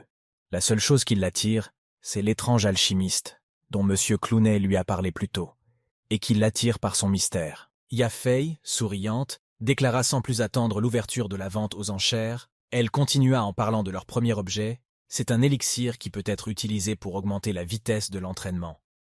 L'élixir des fondations spirituelles. Elle ajouta que l'utilisation de l'élixir augmente la vitesse de développement d'un utilisateur avec le rang d'apprenti et en dessous. Certaines personnes sont outrées, d'autres sont surprises qu'un élixir puisse augmenter leur vitesse d'entraînement, mais Xiao Zhang ne le savait pas du tout, et en même temps, il se rend compte de l'utilité de cet élixir. La jeune fille ajouta que Maître Clooney avait personnellement inspecté cet élixir, qu'il n'y avait donc aucune raison de s'inquiéter et que l'on pouvait l'utiliser en toute sécurité. Elle ajouta que sa mise initiale était de 8000 pièces d'or. Après ces paroles, les gens dans la salle commencèrent à dire leur mise, augmentant constamment ce chiffre, jusqu'à ce qu'il atteigne 15000 pièces d'or. En écoutant ces cris, Xiao Yan réalisa qu'il était désormais riche et qu'il ne demanderait plus à Daier de lui emprunter de l'argent. Xiao Yan se souvient que son professeur lui a dit que dans l'empire Jiama, il était le seul à pouvoir fabriquer un tel élixir. Xiao Yan comprend donc et réalise depuis le début que l'élixir coûterait beaucoup d'argent. Il se rend compte que son idée de vendre l'élixir était à l'origine une très bonne idée. Soudain, Xiao Zhang lève la main et annonce sa mise de 40 000, ce qui surprend grandement les personnes assises en face de lui. Yves Fei dit que le patriarche avait fixé l'enchère à 40 000, alors elle pensait aux autres, leur demandant s'ils voulaient enchérir plus que cela, mais elle n'entendit que le silence en réponse. Apparemment, l'élixir était très cher pour eux. La jeune fille sourit, tapote la table et félicite le représentant Xiao d'avoir acquis l'élixir de fondation spirituelle. Cette action fit penser aux autres que le patriarche Xiao était très généreux. Puisqu'il était prêt à dépenser autant de pièces pour le seul premier objet, Xiao Yan réalise que son père a certainement acheté l'élixir pour lui, mais soudain Yao Lao se tourne vers lui et lui demande d'arrêter de rêver, de prendre l'argent et de partir, mais le garçon nie, disant qu'aujourd'hui 3 clans se sont réunis, ce qui signifie qu'ils vont certainement montrer quelque chose d'intéressant, et le professeur accepte alors d'examiner les objets suivants. Cela fait 1 heure. Xiao Yan s'ennuie beaucoup en regardant ce spectacle. Il voit des choses tout à fait ordinaires se vendre en attendant que quelque chose de spécial se produise. Soudain, il entend parler du dernier lot et commence à examiner l'objet pour voir ce qu'il pourrait être. Il remarque un parchemin. Yafei fournit à chacun un parchemin, en précisant qu'il s'agit d'un champ d'ouragan de classe Shuang, de niveau supérieur. C'est alors que Xiao Yan réalisa pourquoi ils avaient trié et collecté la compétence Upper Shuang. Au moment où le professeur pensait qu'ils avaient perdu leur temps, le gars pensa au fait qu'ils n'avaient jamais vu la compétence Upper Shuang auparavant. Après tout, leur clan a la moyenne la plus forte. Mais Yao Lao lui dit qu'il devrait se concentrer sur l'entraînement, parce que c'est ainsi qu'il sera capable de voir les compétences de haut niveau. La jeune fille nous explique que ce parchemin a été trouvé par un chasseur au fin fond des montagnes, et que comme il n'a pas de propriétaire, les personnes présentes peuvent se détendre et faire leurs offres. Elle fixe le prix de départ à 200,000 pièces d'or et demande à tout le monde de faire ses offres. Un homme propose un prix de four, 100,000 euros, en disant que les pauvres ne devraient pas être ici. Le type a crié que le parchemin lui appartenait et a demandé aux autres qui oseraient s'opposer à lui. Puis les autres ont réalisé que s'ils pariaient, ils blesseraient le clan Jili. Et comme Jilibi était connu pour sa mesquinerie, ils ont décidé de passer leur tour. Soudain, Xiao Zhang fait une mise de four 110,000 pièces d'or. C'est eux qui met Jalibi très en colère. Xiao Zhang se tourne vers Jalibi en disant que son clan n'a que la compétence Shuang inférieure et lui demande en riant s'il pense que le représentant du clan Xiao va leur permettre de devenir plus fort. Jalibi tend le doigt vers le patriarche et lui dit que personne ne peut l'arrêter s'il aime quelque chose. Puis il fixe une nouvelle enchère de 430 000 pièces d'or. Xiao Zhang surenchérit sur son adversaire dans la vente aux enchères.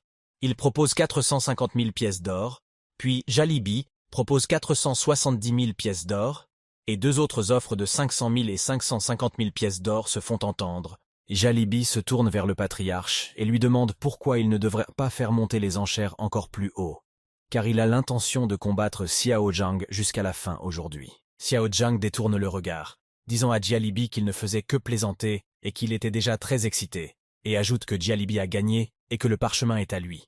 Mais le comportement de ce type est très choquant. Xiao Yan a compris que son père faisait délibérément monter les enchères pour que Jalibi dépense beaucoup de pièces. Xiao Yan pense qu'il s'agit d'une manœuvre très intelligente du point de vue de Xiao Zhang. Jalibi s'est écrié que Xiao Zhang avait osé l'intimider, qu'il ne l'oublierait pas et qu'il le lui rappellerait à un moment ou à un autre. Yafei sourit. Elle était très intéressée par de tels jeux. Elle demanda à Jalibi de garder son sang-froid. Après tout, c'était le territoire du clan maître. Xiao Zhang intervint dans la conversation et dit à la fille qu'il était déjà possible de nommer le gagnant. Puis elle frappa sur la table et annonça que le patriarche Jalibi gagnait la chanson de l'ouragan, avec une mise de 550 000 pièces d'or. Xiao Zhang s'est moqué du patriarche Jalibi en le félicitant pour ses gains, et un autre patriarche, Aobapa, est intervenu dans la conversation pour féliciter Jalibi, ajoutant qu'il était temps pour lui de partir. Jalibi est très en colère et prévoit de se venger de Xiao Zhang et de Aobapa qui l'ont ouvertement malmené. Le professeur a demandé à Xiao Yang de rentrer chez lui, ce à quoi il a répondu par l'affirmative, ajoutant que dès qu'il aurait de l'argent, il commencerait à s'entraîner et qu'avec de tels efforts, dans 1 an, il serait en mesure de surprendre son père. Xiao Yan rencontra Yafei. Il se dit que cette fille était dangereuse et qu'il devrait partir dès qu'il aurait reçu l'argent pour l'élixir, alors qu'elle lui dit qu'elle avait l'argent pour l'élixir de fondation spirituelle, moins les intérêts. Elle lui remet l'argent ainsi qu'une carte, expliquant qu'il s'agit de la carte d'invité d'honneur de la maison de vente aux enchères et maître, et demande à Xiao Yang d'accepter la carte en même temps que l'argent. Le type a attrapé la carte et l'argent, mais la jeune fille a remarqué une anomalie. Il avait la voix d'un vieil homme, mais les mains d'un jeune homme, et cela l'a beaucoup excité. Yao Lao lui dit que les choses vont très mal, car à en juger par son comportement et son expression faciale, elle a remarqué quelque chose d'anormal chez lui, et qu'il doit donc quitter les lieux dès que possible. Puis Xiao Yang demande à Yafei s'il peut déjà s'en aller. La fille sourit gentiment et dit que bien sûr il peut partir et ajoute que s'il a d'autres élixirs, elle sera heureuse de l'accueillir à la maison de vente aux enchères de maître. Et après ces mots, le gars se retourne et se dirige vers la sortie. La fille se tourne vers l'oncle Clounet et lui demande si cet homme est vraiment un alchimiste.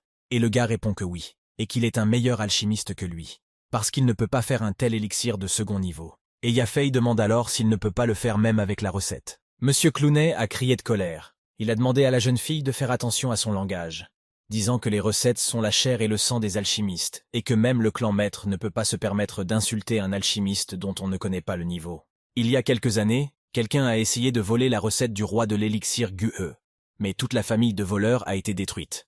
Même la famille royale de l'Empire n'a pas osé intervenir. Yafei sourit, disant que les alchimistes doivent être des gens très dangereux, ajoutant que cet alchimiste devenait de plus en plus intéressant pour elle. Le professeur se tourne vers Xiao Yan en disant que le garçon est même très prudent, tandis que Xiao Yan ferme le petit placard en disant que bien sûr il est prudent, ajoutant à cela le fait que pour les 8 prochains mois, il n'aura pas à se soucier des ingrédients, ce qui le rend très heureux.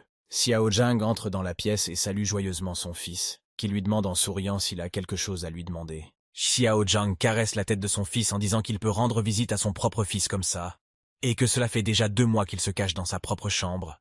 Xiao Zhang a crié à son fils, lui demandant s'il s'en voulait, ajoutant que la famille Nalan perdrait beaucoup, car elle n'avait pas raison du tout. Xiaoyan n'est pas une ordure. Le jeune homme sourit, met la main sur sa poitrine et dit à son père de ne pas s'inquiéter, car dans 3 ans, il rendra visite à la famille de Nalan et ils ne l'oublieront jamais. Xiao Zhang a dit à son fils qu'il n'était certainement pas pire que Nalan, mais que même la force du culte de Yunlan, il voulait parler du culte. Mais son fils l'a interrompu. Xiao Yan sourit, se tourne vers son père et dit « Il y a des choses qu'on ne peut pas cacher, mais en tant qu'homme, il doit faire ce qu'il faut. » Xiao Zhang sourit. Il était heureux que son fils se sente ainsi, car il avait le même caractère que son père, aussi imperturbable et déterminé. Et il ajouta que si les frères de Xiao Yang l'entendaient, ils seraient fiers de lui et heureux. Il a dit qu'il attendait avec impatience que cette vieille chèvre de Nalan Su vienne à genoux le supplier de divorcer. Xiao Zhang se tourna vers son fils et lui donna un cadeau. Le même élixir que Xiao Yang avait vu aux enchères. Xiao Yang était très heureux que son père l'ait acheté pour lui, mais il essaya de ne pas montrer qu'il connaissait l'élixir et demanda ce que c'était. Xiao Yan dit qu'il s'agit d'un élixir de fondation spirituelle et qu'il peut augmenter la vitesse de développement de son cher fils. Puis il ajoute qu'il l'a gagné à la vente aux enchères aujourd'hui et rit légèrement. Xiao Yan regarda l'élixir et dit « Un tel élixir coûte certainement beaucoup d'argent. » Puis remercia abondamment son père. Xiao Zhang a serré son fils dans ses bras et l'a traité d'enfant stupide. Il a dit que si cet élixir peut l'aider, alors l'argent n'a pas d'importance pour Xiao Zhang. La chose la plus importante est que Xiao Yang soit heureux. Xiao Zhang s'est dirigé vers la sortie et a dit qu'il se faisait tard et qu'il devait rentrer chez lui. Xiao Yang a alors raccompagné son père en souriant et lui a demandé d'être prudent et de faire attention où il mettait les pieds. Xiao Zhang s'est avancé en pensant que les autres allèrent certainement faire des histoires lorsqu'ils découvriraient qu'il avait dépensé 40,000 pièces d'or. Mais Xiao Yang lui a demandé de ne pas s'inquiéter, car il ferait en sorte qu'ils le reconnaissent. Après cela, le gars a regardé vers la porte et a demandé à son ami de passer, car il sait qu'elle est derrière les portes. Puis Dai Er a regardé par la porte et a souri gentiment en disant que Xiao Yan a des sens très aiguisés. Mais là, la fille a commencé à regarder Xiao Yan, et à le sentir, elle a remarqué une odeur étrange d'une autre femme, et elle a donc demandé au gars, avec méfiance, où il était allé aujourd'hui à l'heure du déjeuner. Et Xiao Yan a répondu qu'il était juste sorti se promener. Dai Er se rapprocha de lui et rit légèrement. Et il lui demanda d'arrêter de rire, puis son rire se transforma en un doux sourire. Et elle dit à Xiao Yan, à la 3e personne, que quoi qu'il arrive, elle serait toujours à ses côtés. Xiao Yang sourit et continue de fixer la fille. La mettant dans l'embarras, elle rougit profondément et demande à Xiao Yang pourquoi il la fixe ainsi. Xiao Yan sourit en voyant à quel point Dai Er rougissait, mais elle se détourna et demanda au type d'aller se coucher parce qu'il était tard, en disant qu'elle rougissait à cause de lui, parce qu'il la regardait très attentivement et qu'elle était gênée par ce regard. Après ce moment, la fille a quitté sa chambre et a souhaité bonne nuit à l'homme, qui lui a souhaité la même chose. Le garçon pense à Nalan. Il pense que bientôt il sera capable de se faire respecter par la fille, et il entend le professeur dire qu'il ne doit pas sous-estimer Nalan. Puis il ajoute qu'il y a quelqu'un de plus mystérieux que Nalan. Xiao Yang demande à Yao Lao de qui il parle. S'il s'agit de Dai Er, elle a été amenée dans le clan quand elle était très jeune, mais personne n'a parlé de son passé. Le maître dit qu'elle est très bonne avec le gars, et il demande à Yao Lao de ne pas le tenter, parce qu'il ne vaut pas un petit doigt d'elle. Il a besoin de plus d'entraînement. On demande à Xiao Zhang comment il a pu dépenser 40,000 pièces d'or pour un seul élixir. Non seulement il n'a pas obtenu la compétence, mais il a aussi dépensé l'argent pour des choses inutiles, alors que Xiao Zhang le nie, disant qu'il est le chef de clan ici. Toute cette conversation a été entendue par Dai Er. Soudain, Dai Er entre et leur demande d'arrêter de se battre. Elle jette sa carte entre eux, disant qu'elle contient ses 100,000 pièces d'or, puis leur demande si leur problème a été résolu, ce qui surprend les autres anciens, mais leur fait également plaisir. Cela fait 2 mois. Xiao Yan continue de s'entraîner vigoureusement, canalisant ses capacités directement dans l'arbre. Xiao Yang utilise sa force de façon magistrale, à tel point qu'il fait même un trou énorme dans un arbre de la taille de sa personne, ce qui le rend très fier de lui et de sa nouvelle force. Xiao Yan s'arrêta pour halter, il respirait très fort, réalisant qu'il avait utilisé beaucoup de son énergie, se donnant ainsi le temps de récupérer. Le gars était très heureux d'avoir finalement maîtrisé la technique du souffle d'Octane et de pouvoir l'utiliser librement. Soudain, le gars sent un coup violent sur son bras. Cela lui fait très mal, mais grâce à cela, il réalise pourquoi il avait besoin d'un tel entraînement. Parce que maintenant, grâce à cela, il est resté avec son bras et ne l'a pas cassé. Et s'il ne s'était pas entraîné aussi durement, son bras n'aurait pas résisté à un coup aussi puissant. Il se rend compte que l'explosion d'Octane est comme une épreuve de force, et qu'avec son niveau de force actuel, il ne peut utiliser l'explosion qu'une seule fois. Il est incroyablement fatigué et veut faire une pause. Un homme se tourne vers son maître pour lui demander combien de temps il lui reste pour atteindre la 7e étape. Yao Lao s'approche du garçon avec de bonnes nouvelles. Il dit que la vitesse de développement de Xiao Yang dépasse ses attentes, car il pensait qu'il faudrait 1 an à Xiao Yang pour surmonter les Seven de cette année, même avec l'utilisation de l'élixir des fondations spirituelles. Yao Lao a ajouté que c'était peut-être parce que son Du Qi était déprimé, mais maintenant le gain est énorme, et à ce rythme, le gars peut atteindre le 7e stade en seulement ces 2 mois. Le maître a alors souri, disant que les attaques actuelles du type de niveau 6 pouvaient même rivaliser avec celles de niveau 8. Xiao Yan est heureux de constater qu'il rattrape peu à peu Nalan Yan Ran, et qu'il lui reste encore un peu de temps pour la rattraper complètement, et peut-être même la dépasser. Le gaz a dit qu'il avait fait un miracle il y a 3 ans. Il n'est donc pas difficile pour lui de le refaire. En même temps, le gars est contrarié par la limitation de l'Octane Blast, parce que c'est un gros problème pour lui, et que sa réserve de techniciens n'est que de 2 techniciens. Le gars a regardé sa paume et une grande idée l'a frappé. Il a réalisé qu'il n'y avait qu'une seule façon de l'utiliser. Il a donc tendu la main vers l'avant et a utilisé son point du vide. Soudain, un rocher s'est élevé, et Xiao Yan a utilisé sa compétence pour contre-attaquer. Le maître admirait son disciple. Il aimait le processus de réflexion de Xiao Yan, car le contrepoint était une excellente idée pour renforcer le point du vide. Le gars s'est mis à genoux et a décidé de reprendre son souffle. Il se sent encore plus faible qu'après avoir utilisé l'Octane Blast. Le professeur sourit et dit que sortir son Du Qi du corps est une chose que seuls les grands maîtres peuvent faire, et que Xiao Yan a réussi. Il doit donc être heureux et fier de lui. Après cela, le professeur ferme les yeux en souriant et dit que la technique était bonne, mais que Xiao Yan a encore besoin d'une technique qui peut être combinée avec la paume du vide. Xiao Yan soupire. Il comprend que l'obtention de la paume du vide est une chance, mais où trouver une compétence pour la combiner avec la paume du vide? Xiao Yan l'ignore complètement et cela l'effraie. Le maître lui a demandé d'arrêter de faire l'idiot, car il comprend très bien que Xiao Yan veut juste lui soutirer une compétence. Soudain, le maître s'est souvenu qu'il avait déjà reçu une compétence similaire, alors qu'il fabriquait un élixir pour quelqu'un. L'homme aux cheveux blancs y a pensé, essayant de se souvenir de tous les détails. Le maître touche son front avec son index et dit qu'il ne se serait même pas souvenu de cette compétence après une si longue période si ce n'était pas pour Xiao Yan, puis continue, demandant à être autorisé à trouver cette compétence, et immédiatement après avoir dit cela, l'endroit qu'il a touché s'est illuminé avec des couleurs vives de la lumière. Xiao Yan était très heureux que le maître ait décidé de l'aider également. Puis le maître ouvrit les yeux, disant qu'il avait pu trouver cette compétence. C'était une classe Shuang de bas niveau, une technique qui pouvait créer une forte pression d'air, la paume de la respiration du feu. Les résultats de Dao Zili sont très variables. Il a échoué à la 5e étape, mais a réussi à la 7e. En entendant les résultats, Du Zili était rempli d'enthousiasme, et sa joie pouvait être entendue dans toute l'arène. Le père de Jeaner se réjouit de cette journée. Il essaie de garder ses émotions pour lui, mais en même temps, il espère sincèrement que son fils réussira à passer la cérémonie sans encombre. Xiao Yan discute en toute insouciance avec son ami sous un grand arbre. Les passants et les curieux discutent du changement d'attitude des membres du clan à l'égard du jeune homme à la fin de la journée. Au cours de la conversation, le garçon avoue à Dayer que 2 de ses frères sont partis juste après la cérémonie, et qu'à présent, les seuls membres du clan qu'il reconnaît sont son père et Dayer. Sa petite amie le réconforte et lui dit qu'elle ne fait que le reconnaître. Il lui sourit en retour et caresse les cheveux de la jeune fille. Quelques instants plus tard, Xiao Mei apparaît au loin.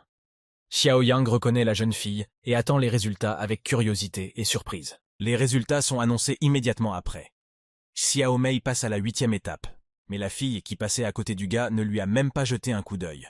Apparemment, son résultat a considérablement renforcé l'ego de Xiao Mei. Xiao Yan le remarque et dit qu'elle est trop fière. Après tout, elle s'est entraînée toute l'année et n'a atteint que la 8e étape. À ces mots, quelqu'un à proximité répondit que ce type parlait de lui-même, et qu'atteindre le 8e stade était un grand mérite. Il s'avère que c'est le cousin de Xiao Yu. Un homme au sourire narquois demande à la fille pourquoi elle ne s'entraîne pas à l'académie Jianan. Xiao Yu répond qu'elle ne peut pas manquer un événement aussi important. Elle ajoute également qu'elle veut personnellement voir Xiao Yan se faire expulser du clan après avoir échoué. Mais le gars provoque sa cousine en lui disant qu'elle sera déçue. L'assurance de Xiao Yan met la jeune fille en colère et elle se bat avec lui. Xiao Yan embarrasse la jeune fille et lui rappelle qu'il l'a vue se baigner, ajoutant qu'il l'a fait par accident et qu'en général, Il n'avait rien à regarder. Elle promet de traiter Xiaoyan de la même manière qu'il y a 3 ans, et sort son fouet, s'apprêtant à frapper. Mais elle ne réussit pas à frapper qui que ce soit. Elle est arrêtée par Daier, qui lui rappelle qu'aujourd'hui c'est la cérémonie de passage à l'âge adulte. Xiao Yue est contrariée, mais accepte néanmoins. Elle cache le fouet et s'en va, promettant de s'occuper du type plus tard. Dai.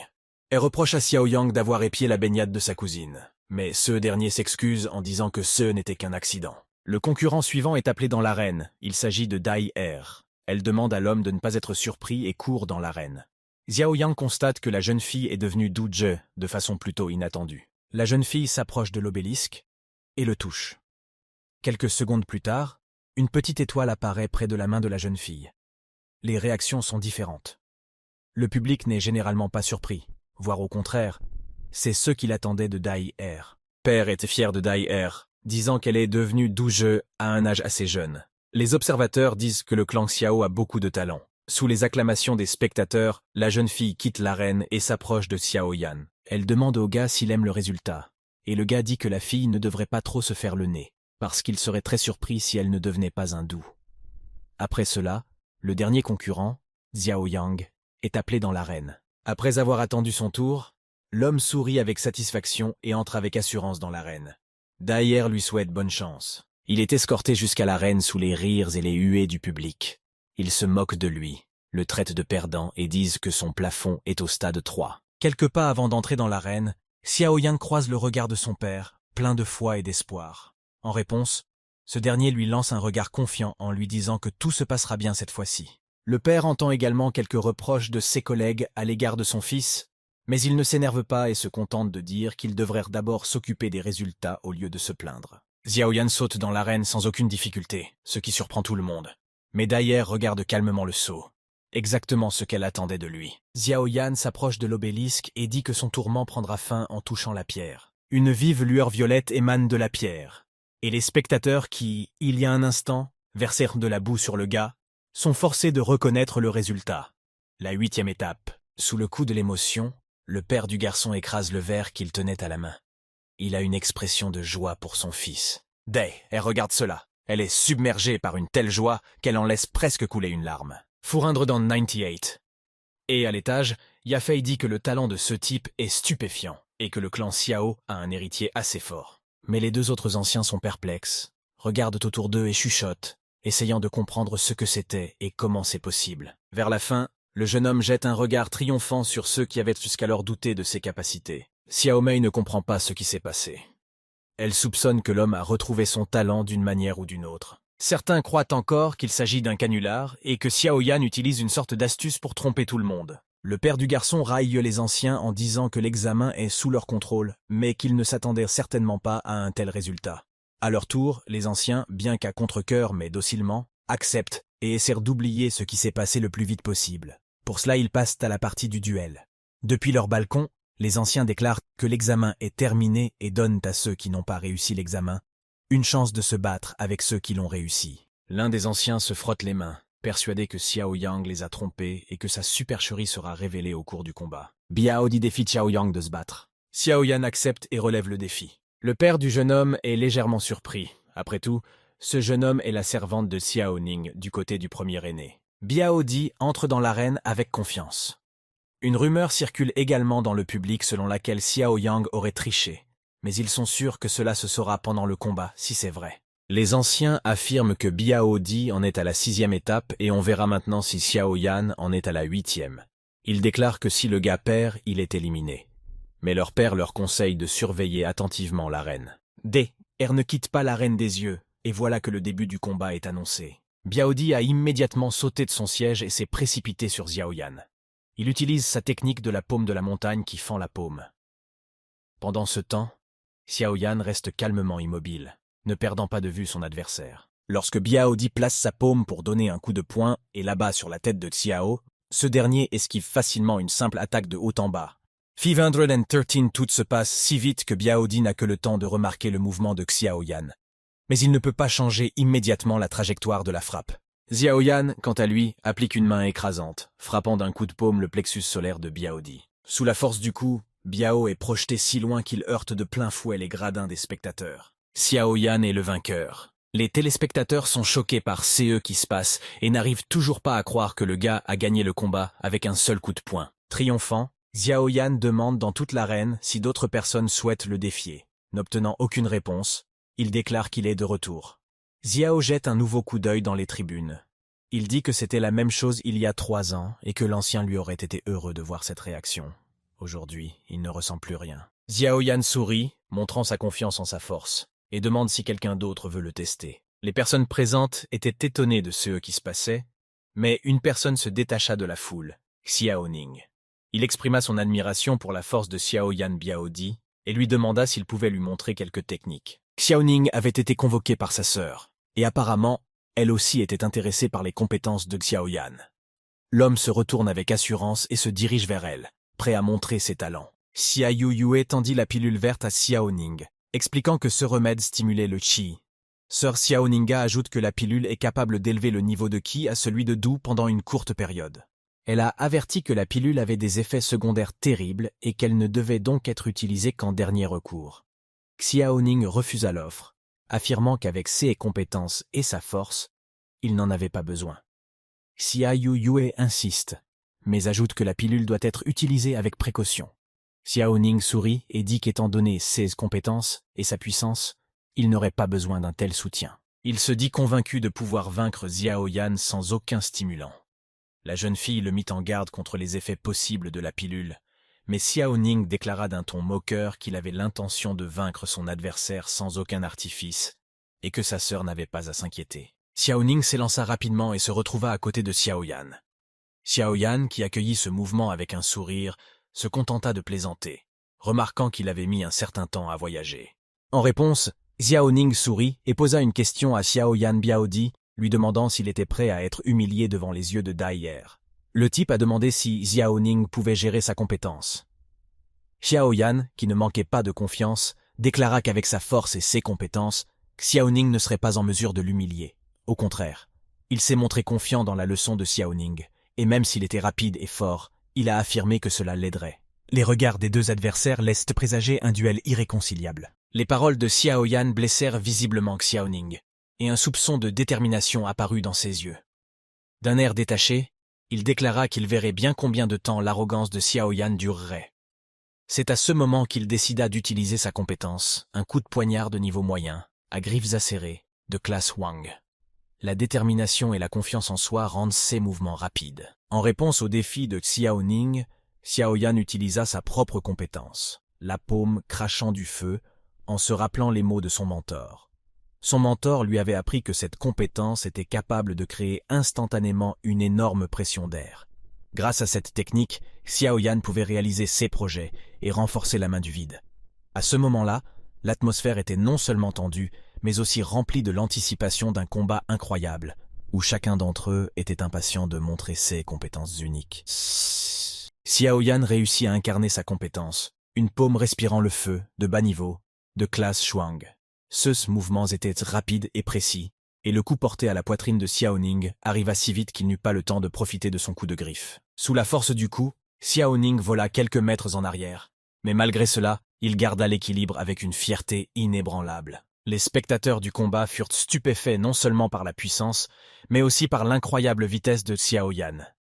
Xiao Ning leva les yeux et interrogea son adversaire, montrant de l'intérêt pour cette mystérieuse et puissante compétence. Au mot de Xiao Ning, Xiao Yan se contenta de rire, de lui faire signe d'un geste de la main et de lui ordonner d'attaquer.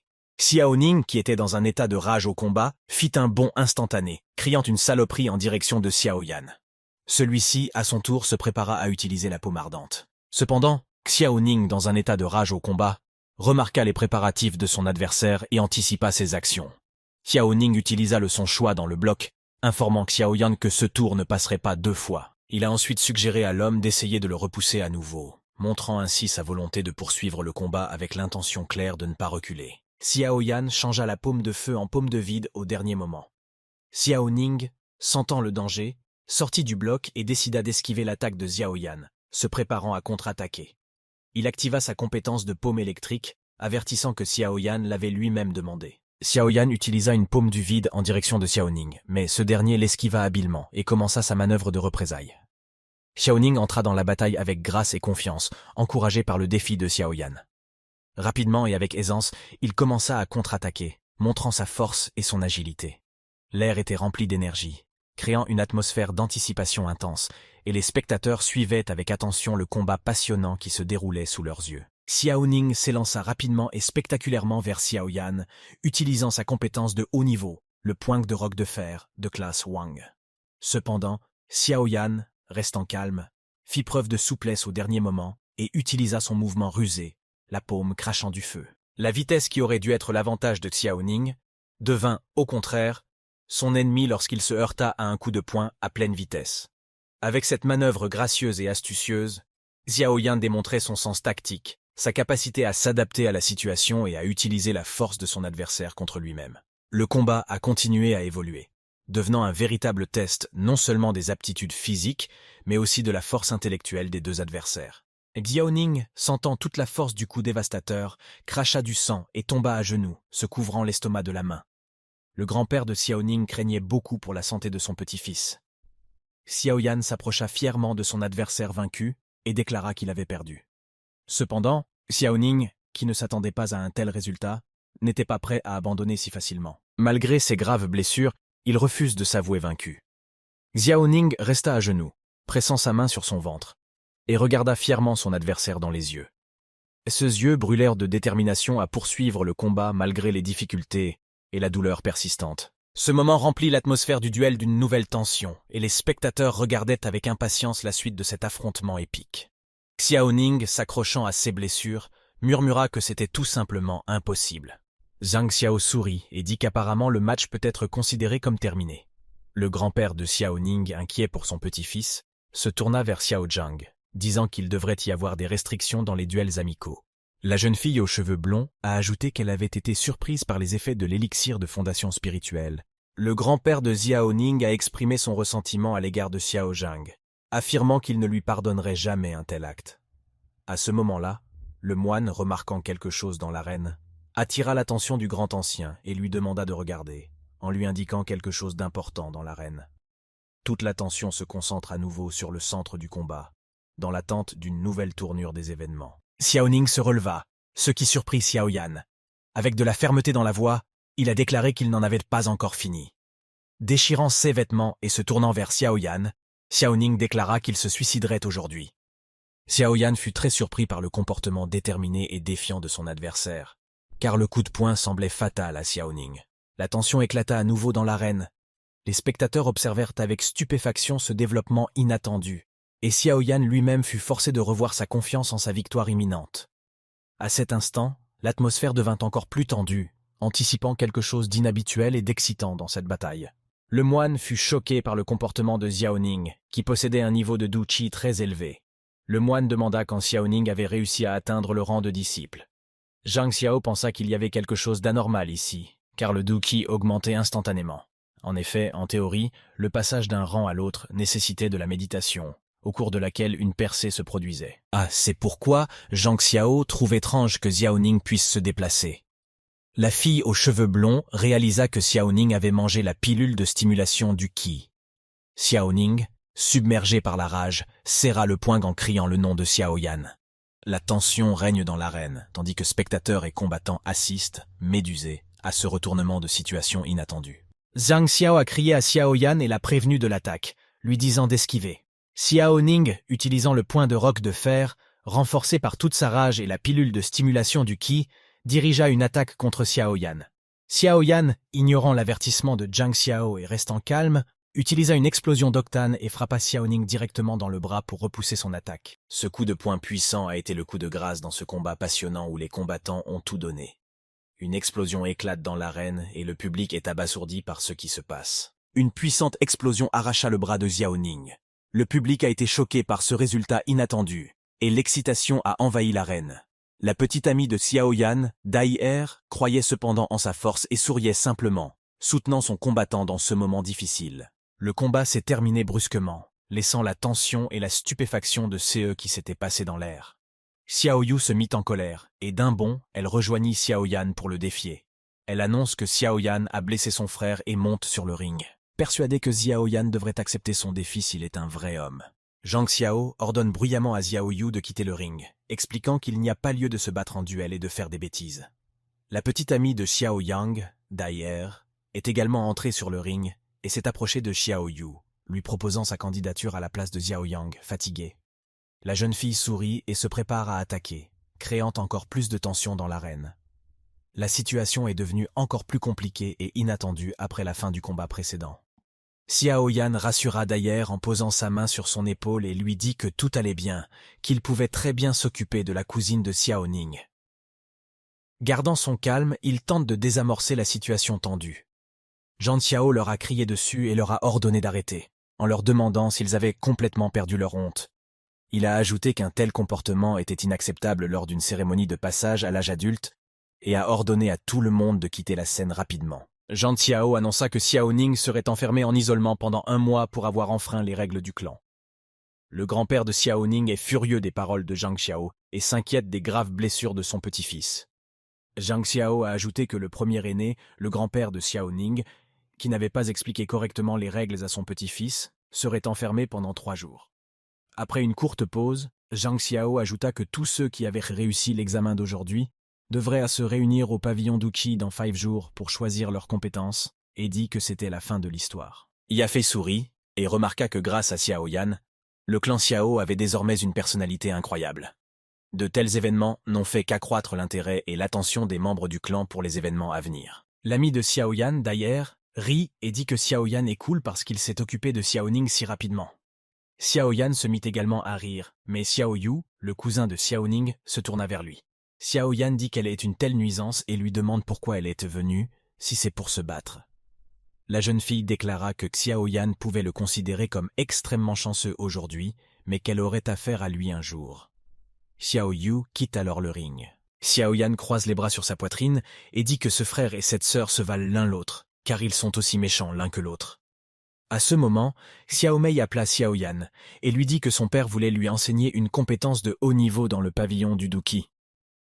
La jeune fille demanda avec embarras si Xiao Yan voulait se joindre à elle. Xiao Yan était légèrement embarrassé et ne savait pas quoi dire. À ce moment-là, Dai Er s'accroche à lui et dit à Xiao Mei que Xiao Yan a promis de l'accompagner et s'excuse auprès de Xiao Mei. Après cela, Dai Er se tourna vers Xiao Yan et lui demanda si c'était le cas, tout en l'appelant frère.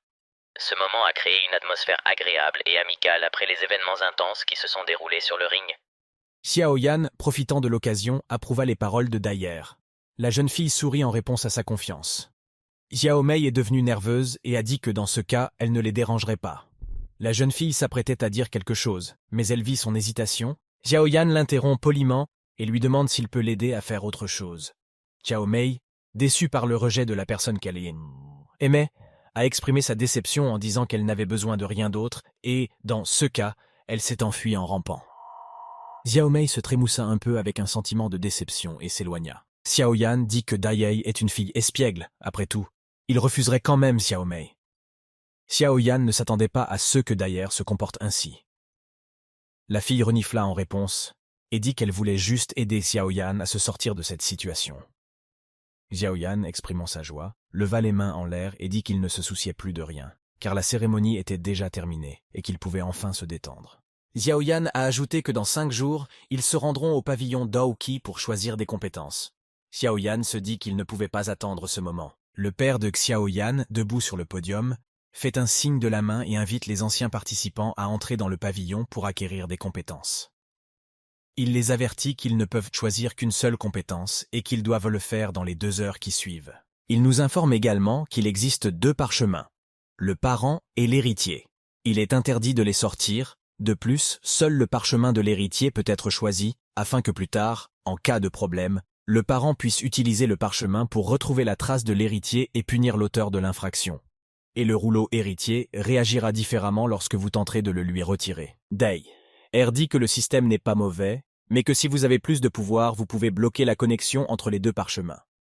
Xiao Yan ne comprend pas pourquoi quelqu'un prendrait un parchemin de niveau Huang si son niveau de force est plus élevé. Le père du jeune homme ajoute également qu'après avoir reconnu leur élément, les candidats doivent passer par le couloir correspondant. L'homme annonce alors le début et invite les participants en montrant de la paume de la main un cristal en forme de boule. La première personne qui s'approche de la balle la touche et la balle commence à briller d'une teinte verdâtre. Le jeune homme reconnaît son élément, c'est le vent. Il poursuit son chemin dans le couloir correspondant. L'enthousiasme se répand parmi les candidats. Chacun veut connaître son élément le plus tôt possible. Xiaoyan et Dai. R se retrouve les derniers, dans la file d'attente. L'homme passe en premier et touche le ballon, qui devient rouge. Le père nous informe que son élément est le feu. La dernière à reconnaître son élément est Dai R. Elle touche aussi la balle, qui devient rouge et commence à se fissurer. La jeune fille a pour principal élément le feu. Le maître dit que c'est l'élément feu le plus pur, et la boule de cristal éclate sous l'influence du pouvoir de Dai R. Et Jean dit que la jeune fille a beaucoup de talent, qu'elle est gentille et douce. Il dit qu'il aimerait avoir une belle fille comme ça. Mais Dai R l'entend et est gênée. Xiaoyan lui demande pourquoi elle rougit autant, mais elle ne répond pas et dit au revoir à Zhang. In Xiao et Dai. R décident de partir ensemble puisqu'ils ont le même élément. Ils pénètrent dans une salle circulaire d'où partent différents chemins, étiquetés avec les symboles d'un élément particulier. En chemin, ils rencontrent de nombreux candidats dans le couloir qui s'agitent pour essayer d'atteindre les parchemins à travers les barrières. Ils s'approchent de leur chambre 43, et la fille dit que la barrière ici est plus forte que les autres. Cela ne l'impressionne pas. Il va droit au but et frappe la barrière avec sa capacité Octane Blast. Ce coup transperce facilement la défense, ce qui met tout le monde en état de choc. Xiaoyan va trouver un parchemin de Duqi avec sa capacité. Xiaoyan trouve un parchemin avec la capacité Flamme Fortifiante, disant qu'il s'agit de la capacité la plus forte. Mais la jeune fille reprend le parchemin et dit qu'il n'est pas suffisant pour vaincre Nalan Yangran et lui donne le parchemin de l'éclair brûlant. Mais Xiaoyan s'en tient à son choix et dit qu'il aura l'occasion d'acquérir des capacités plus fortes. La jeune fille est d'accord, mais cela lui semble suspect. En sortant, ils aperçoivent une foule qui observe Xiao Mei essayant sans succès de franchir l'entrée des rouleaux de vent. La foule tente d'encourager la jeune fille, mais elle ne parvient pas à franchir le mur. Ils veulent unir leurs forces, mais la jeune fille dit que plus les gens essaient de briser le bouclier, plus ils se renforcent. Xiaoyan demande aux gens de s'écarter. Il voit l'espoir dans les yeux de Xiao Mei, mais passe son chemin. Une fille sanglote en se reprochant d'avoir maltraité un homme, mais l'homme soupire, lui pardonne et lui demande de prendre du recul et de ne pas pleurer devant tant de gens qui la regardent. D'un coup puissant sur la barrière, Xiaoyan la brise, donnant à Xiao Mei l'occasion de s'emparer du parchemin. La jeune fille le remercie et s'excuse. Ensuite, il étudie le parchemin en s'asseyant sous un arbre. Un maître le trouve et lui dit qu'il doit atteindre le rang d'apprenti avant de pouvoir étudier le parchemin. Xiao dit que ce n'est pas ce qui l'inquiète. Il doute de pouvoir vaincre Nalan Yangran, car elle est talentueuse et bénéficie du soutien du roi de l'élixir et de la secte Yunlan. Le maître dit que Guhi n'est pas le roi des élixirs, et qu'il est encore faible pour les fabriquer. Xiaoyan demande avec surprise s'il s'agit du même Guhi qui est le roi des élixirs, et obtient une réponse affirmative. Le maître poursuit en disant qu'il est facile d'obtenir Duje, et demande si le gars a entendu parler de la pilule d'accumulation de Qi. L'homme pose à nouveau la question de la pilule. Et le maître lui répond qu'il peut en fabriquer une tous les jours tant qu'il a les ingrédients nécessaires. Xiao craint de devoir tout acheter lui-même. Mais le maître lui dit qu'il peut fabriquer des élixirs et les vendre, et lui rappelle la capacité de Duqi à évoluer. Cela fait un petit moment, mais une grande affiche avec Xiaoyan annonçant l'augmentation de 5 étapes du Duqi en 6 mois a déjà réussi à être accrochée. Une campagne publicitaire bat son plein, incitant les gens à se rendre à la vente aux enchères, affirmant que le remède miracle est de nouveau en vente. Les personnes sont priées de respecter l'ordre de la file d'attente afin d'éviter les bousculades. Dai R et Xiaoyan observaient ce qui se passe. La jeune fille sourit et dit que le dessin de Xiaoyan sur l'affiche s'est avéré très crédible. L'homme lui-même regarde tout cela avec une légère incompréhension, se rappelant qu'il a demandé à Yafei un peu de publicité, et que la femme a plus que dépassé le plan. Il n'aime plus l'idée, surtout quand les gens dans la foule le pointent du doigt en disant que c'est le même mec que sur l'affiche, mais il s'en accommode parce qu'il a besoin d'argent. Dai R précipite le garçon à l'intérieur pour qu'il voie son père. À l'intérieur, la vente aux enchères commence. Le début est accompagné d'excitation parmi les visiteurs. Ils sont surpris par la quantité soudaine d'élixirs. Mais tout le monde est d'accord pour dire que cela ne ferait pas de mal d'acheter quelques élixirs, parce que l'occasion est très pratique. Jean et l'Ancien ont une conversation sur l'efficacité des élixirs et en parlent plutôt favorablement. En écoutant cette conversation, Xiaoyan espère que personne ne saura que c'est lui qui vend ces élixirs. Yafei prend une fiole d'élixir en se disant que chacun aura ce qu'il veut. Elle ne laisse pas à ses clients le temps de réfléchir et annonce le début de l'élixir. Le prix de départ de l'élixir est de 10,000 €. Après le début de la vente aux enchères, tous les invités commencent à faire monter les enchères comme des fous.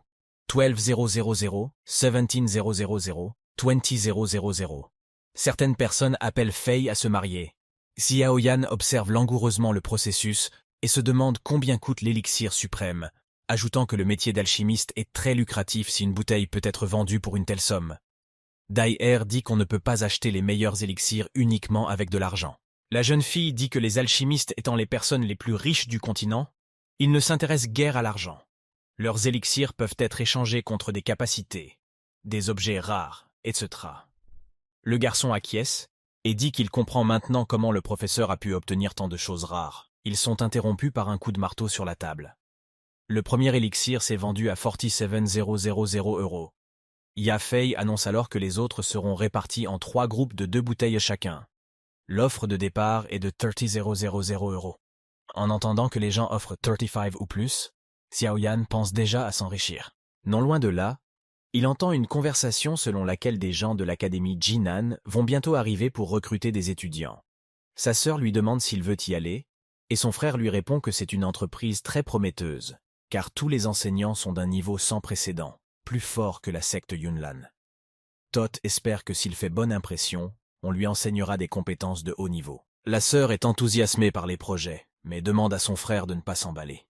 Elle dit qu'il y a un certain nombre de conditions pour rejoindre l'académie, mais comme son professeur est maintenant en charge de la ville, elle en parlera en connaissance de cause. Et Xiao Yan se mêle à la conversation et dit qu'utiliser les liens familiaux pour une telle chose n'est pas la même chose. Cela provoque une réaction négative de la part de ses interlocuteurs qui se demandent eux-mêmes comment il a pu atteindre le niveau 9 aussi rapidement. L'homme ne répond pas. Day. Er demande à Xiao s'il veut rejoindre l'académie, mais le jeune homme ne montre aucun intérêt. Il dit qu'il a déjà un professeur et qu'il est peu probable qu'il apprenne quoi que ce soit d'utile. Sa sœur se joint à la conversation et lui dit de faire attention à ce qu'il dit sur l'académie. Mais Xiao répond que la réputation de l'académie est exagérée parce que la fille y a étudié, mais qu'il ne voit pas d'amélioration. Cela met la jeune fille en colère et elle se lève de sa chaise, mais le père du jeune homme la fait rasseoir en un clin d'œil. Les paris se poursuivent. Les offres dépassent les 70,000, mais la sœur ne ravale pas sa rancune. Elle promet qu'elle se vengera de Xiao qui parle de l'académie avec mépris. 2 élixirs sont vendus pour 73,000. L'un des invités n'est jamais en mesure d'acheter une bouteille, ce qui lui vaut d'être traité de pauvre. Le taux va jusqu'à 75K. Cela offusque le chef Jali, qui pense que Xiao Zhang se moque de lui, mais ce dernier répond qu'il s'agit d'une vente aux enchères et que c'est l'offre la plus élevée qu'il emporte. Leader Jali mord à l'hameçon et relance à 80,000. Vous obtenez alors 90. Xiao Zhang nomme calmement le chiffre ci-dessus, et son adversaire s'énerve et donne jusqu'à 100,000 € pour 2 bouteilles. Xiao Zhang refuse calmement de relancer la mise. Leader Jiali donne 100K et il commence à se moquer de lui. Un homme enragé déclare la guerre au clan Xiao, promettant de le chasser de la ville en 3 mois. Xiao Yang est excité d'avoir des nouvelles de son père. Xiao Zhang dit qu'il n'a pas la force de vaincre le clan Xiao. Ya Fei demande de se calmer et tire au sort les dernières bouteilles. Xiao Zhang propose un prix de 65,000. Les autres ne veulent pas participer, de peur de finir comme Jalibé. Xiao Yan se rend compte à quel point son père était rusé. Il a trompé quelqu'un et maintenant personne ne veut rivaliser avec lui, de peur qu'il ne soit humilié. Xiao Zhang prend les derniers élixirs. La vente aux enchères est terminée. Xiao Yan s'enfuit en prétextant des maux d'estomac. Lorsque Ya Fei et l'assistant ont terminé, une personne vêtue d'une robe sombre et d'une capuche sort. La femme lui remet la somme de 285,000 € moins les intérêts, et l'assistante lui donne une boîte d'ingrédients. L'homme cagoulé répond qu'il s'agit d'ingrédients très rares, et qu'il peut les facturer sur la carte. Mais Ya Fei refuse, arguant que le fait de pouvoir les rassembler est déjà un grand honneur pour eux. La personne la remercie ensuite pour son travail, et citant l'entreprise, s'en va. Ya Fei et l'assistant font leurs adieux. L'homme encapuchonné leur tourne le dos et s'éloigne. Il s'agit en fait de Xiao Yan. Il continue à marcher, passant devant son père et Jilibi. Et Xiao Zhang s'étonne de voir Ya Fei et Clooney ensemble, ce à quoi les 2 hommes répondent qu'ils accompagnaient l'invité d'honneur. Xiao Zhang déplace son regard vers Xiao Yan, encapuchonné, sans comprendre qui il est, ni pourquoi il suscite tant de respect. Soudain, Le professeur de Xiaoyang commence à parler à Zhang pour savoir s'il est le chef du clan Xiao. Zhang dit que c'est le cas. L'enseignant prend ensuite congé des élèves en leur disant qu'ils auront l'occasion de travailler ensemble à l'avenir. Yafei félicite Zhang, qui ne comprend pas de quoi il s'agit. La femme dit que c'est la même personne qui a préparé les élixirs et que s'ils travaillent avec le clan Xiao, ils auront un grand avenir. 16 mots font des envieux, dit Yafei, espérant le soutien du clan Xiao.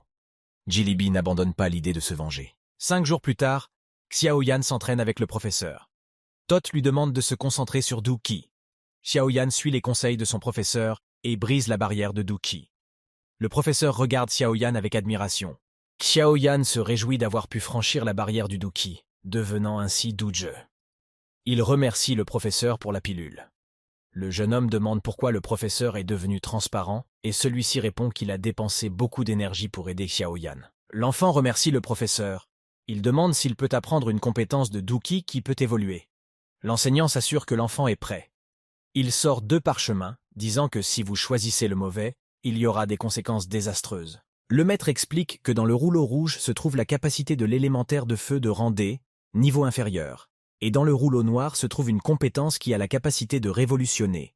Le nom est mantra de feu. Xiaoyan dit au maître qu'il n'avait pas besoin de demander quoi que ce soit, car il était évident qu'il choisirait le rouleau noir. Puis le maître lui demanda s'il était sûr de son choix, car le rang du mantra de feu n'était que le Wang le plus bas. Alors il demanda ce que signifiait le Wang le plus bas, et s'il était si faible. Le maître a expliqué qu'il s'agissait d'une compétence qui pouvait évoluer jusqu'au rang de Tian, mais que pour chaque évolution, il fallait absorber l'essence de la flamme. Ce qui a choqué le garçon qui s'est rendu compte qu'il y avait probablement d'autres essences que la flamme.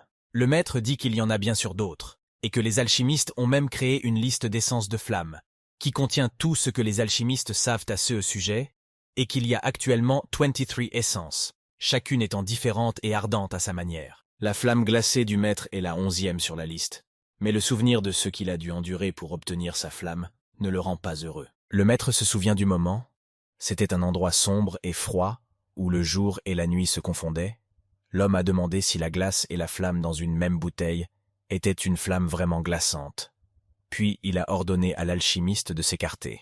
L'alchimiste dit alors qu'il a passé environ 8 ans dans ce lieu sans vie et abandonné des dieux, où le soleil ne brille même pas, à la recherche d'une flamme, et qu'il a donc été le premier à découvrir la flamme qui fait froid dans le dos. L'homme marmonna que l'alchimiste avait le rang d'un roi et qu'il osait pourtant discuter avec lui, un homme qui avait le rang d'un empereur, puis il ajouta une phrase pour dire que le garçon devait connaître sa place. Un homme au rang d'empereur commença à absorber l'essence de cette flamme, mais l'alchimiste décida de l'arrêter en lui disant que lorsqu'on absorbe l'essence de la flamme, si l'on fait un seul faux pas, cela peut coûter une vie entière. Et il commença alors à absorber la flamme lui-même. Xiaoyan pensa que c'était l'endroit où son maître était mort, mais cela l'agaça. Il dit qu'il n'était pas si facile de mourir si facilement, et que s'il était mort si trivialement, il ne serait pas ici maintenant sous la forme d'un esprit vengeur. Xiaoyan décida de changer de sujet et demanda s'il était dangereux d'absorber l'essence de flamme à chaque fois pour faire évoluer le mantra de feu, et ajouta une question à ce sujet, s'interrogeant sur ses chances d'y parvenir en se basant sur l'expérience du maître. Ensuite, le maître a dit avec fermeté et détermination que Xiaoyan n'avait pas plus de 20% de chance de réussir. Xiaoyan était surpris d'avoir si peu de chance, mais soudain le maître posa une question à laquelle Xiaoyan n'était pas préparé. Il dit que quel que soit le choix de Xiaoyan, cela ne le dérangerait pas, mais qu'il devait d'abord découvrir s'il aimait Daier. Après avoir dit cela, Xiaoyan rougit d'embarras. Xiaoyan se souvint de Daier et marmonna qu'il l'avait toujours traité comme une sœur, mais sa couleur rouge ne quittait pas son visage et il était toujours embarrassé. Yao Lao déclara que cette fille n'était pas aussi simple qu'elle en avait l'air, et qu'elle avait un pouvoir terrifiant derrière elle. Il conseilla donc à Xiaoyang de réfléchir avant d'agir. Xiaoyan a parlé des forces effrayantes derrière Daier, et a ensuite demandé au maître pourquoi il lui disait cela. Yao Lao a dit qu'il n'avait pas besoin de cette information maintenant, et qu'il n'avait pas besoin de se remplir la tête avec ça. Mais Xiaoyan devrait quand même réaliser qu'il y avait un grand écart de force entre eux, et que même si elle aimait Xiaoyan, les gens qui étaient derrière elle pourraient ne pas l'accepter. Yao Lao demanda alors au garçon de se rappeler que dans ce monde, celui qui est fort est digne, et celui qui est faible n'est personne. Et après avoir dit cela, le garçon dit qu'il comprenait ce que le maître voulait dire, parce qu'il essayait de dire que Xiaoyan devrait choisir le mantra du feu.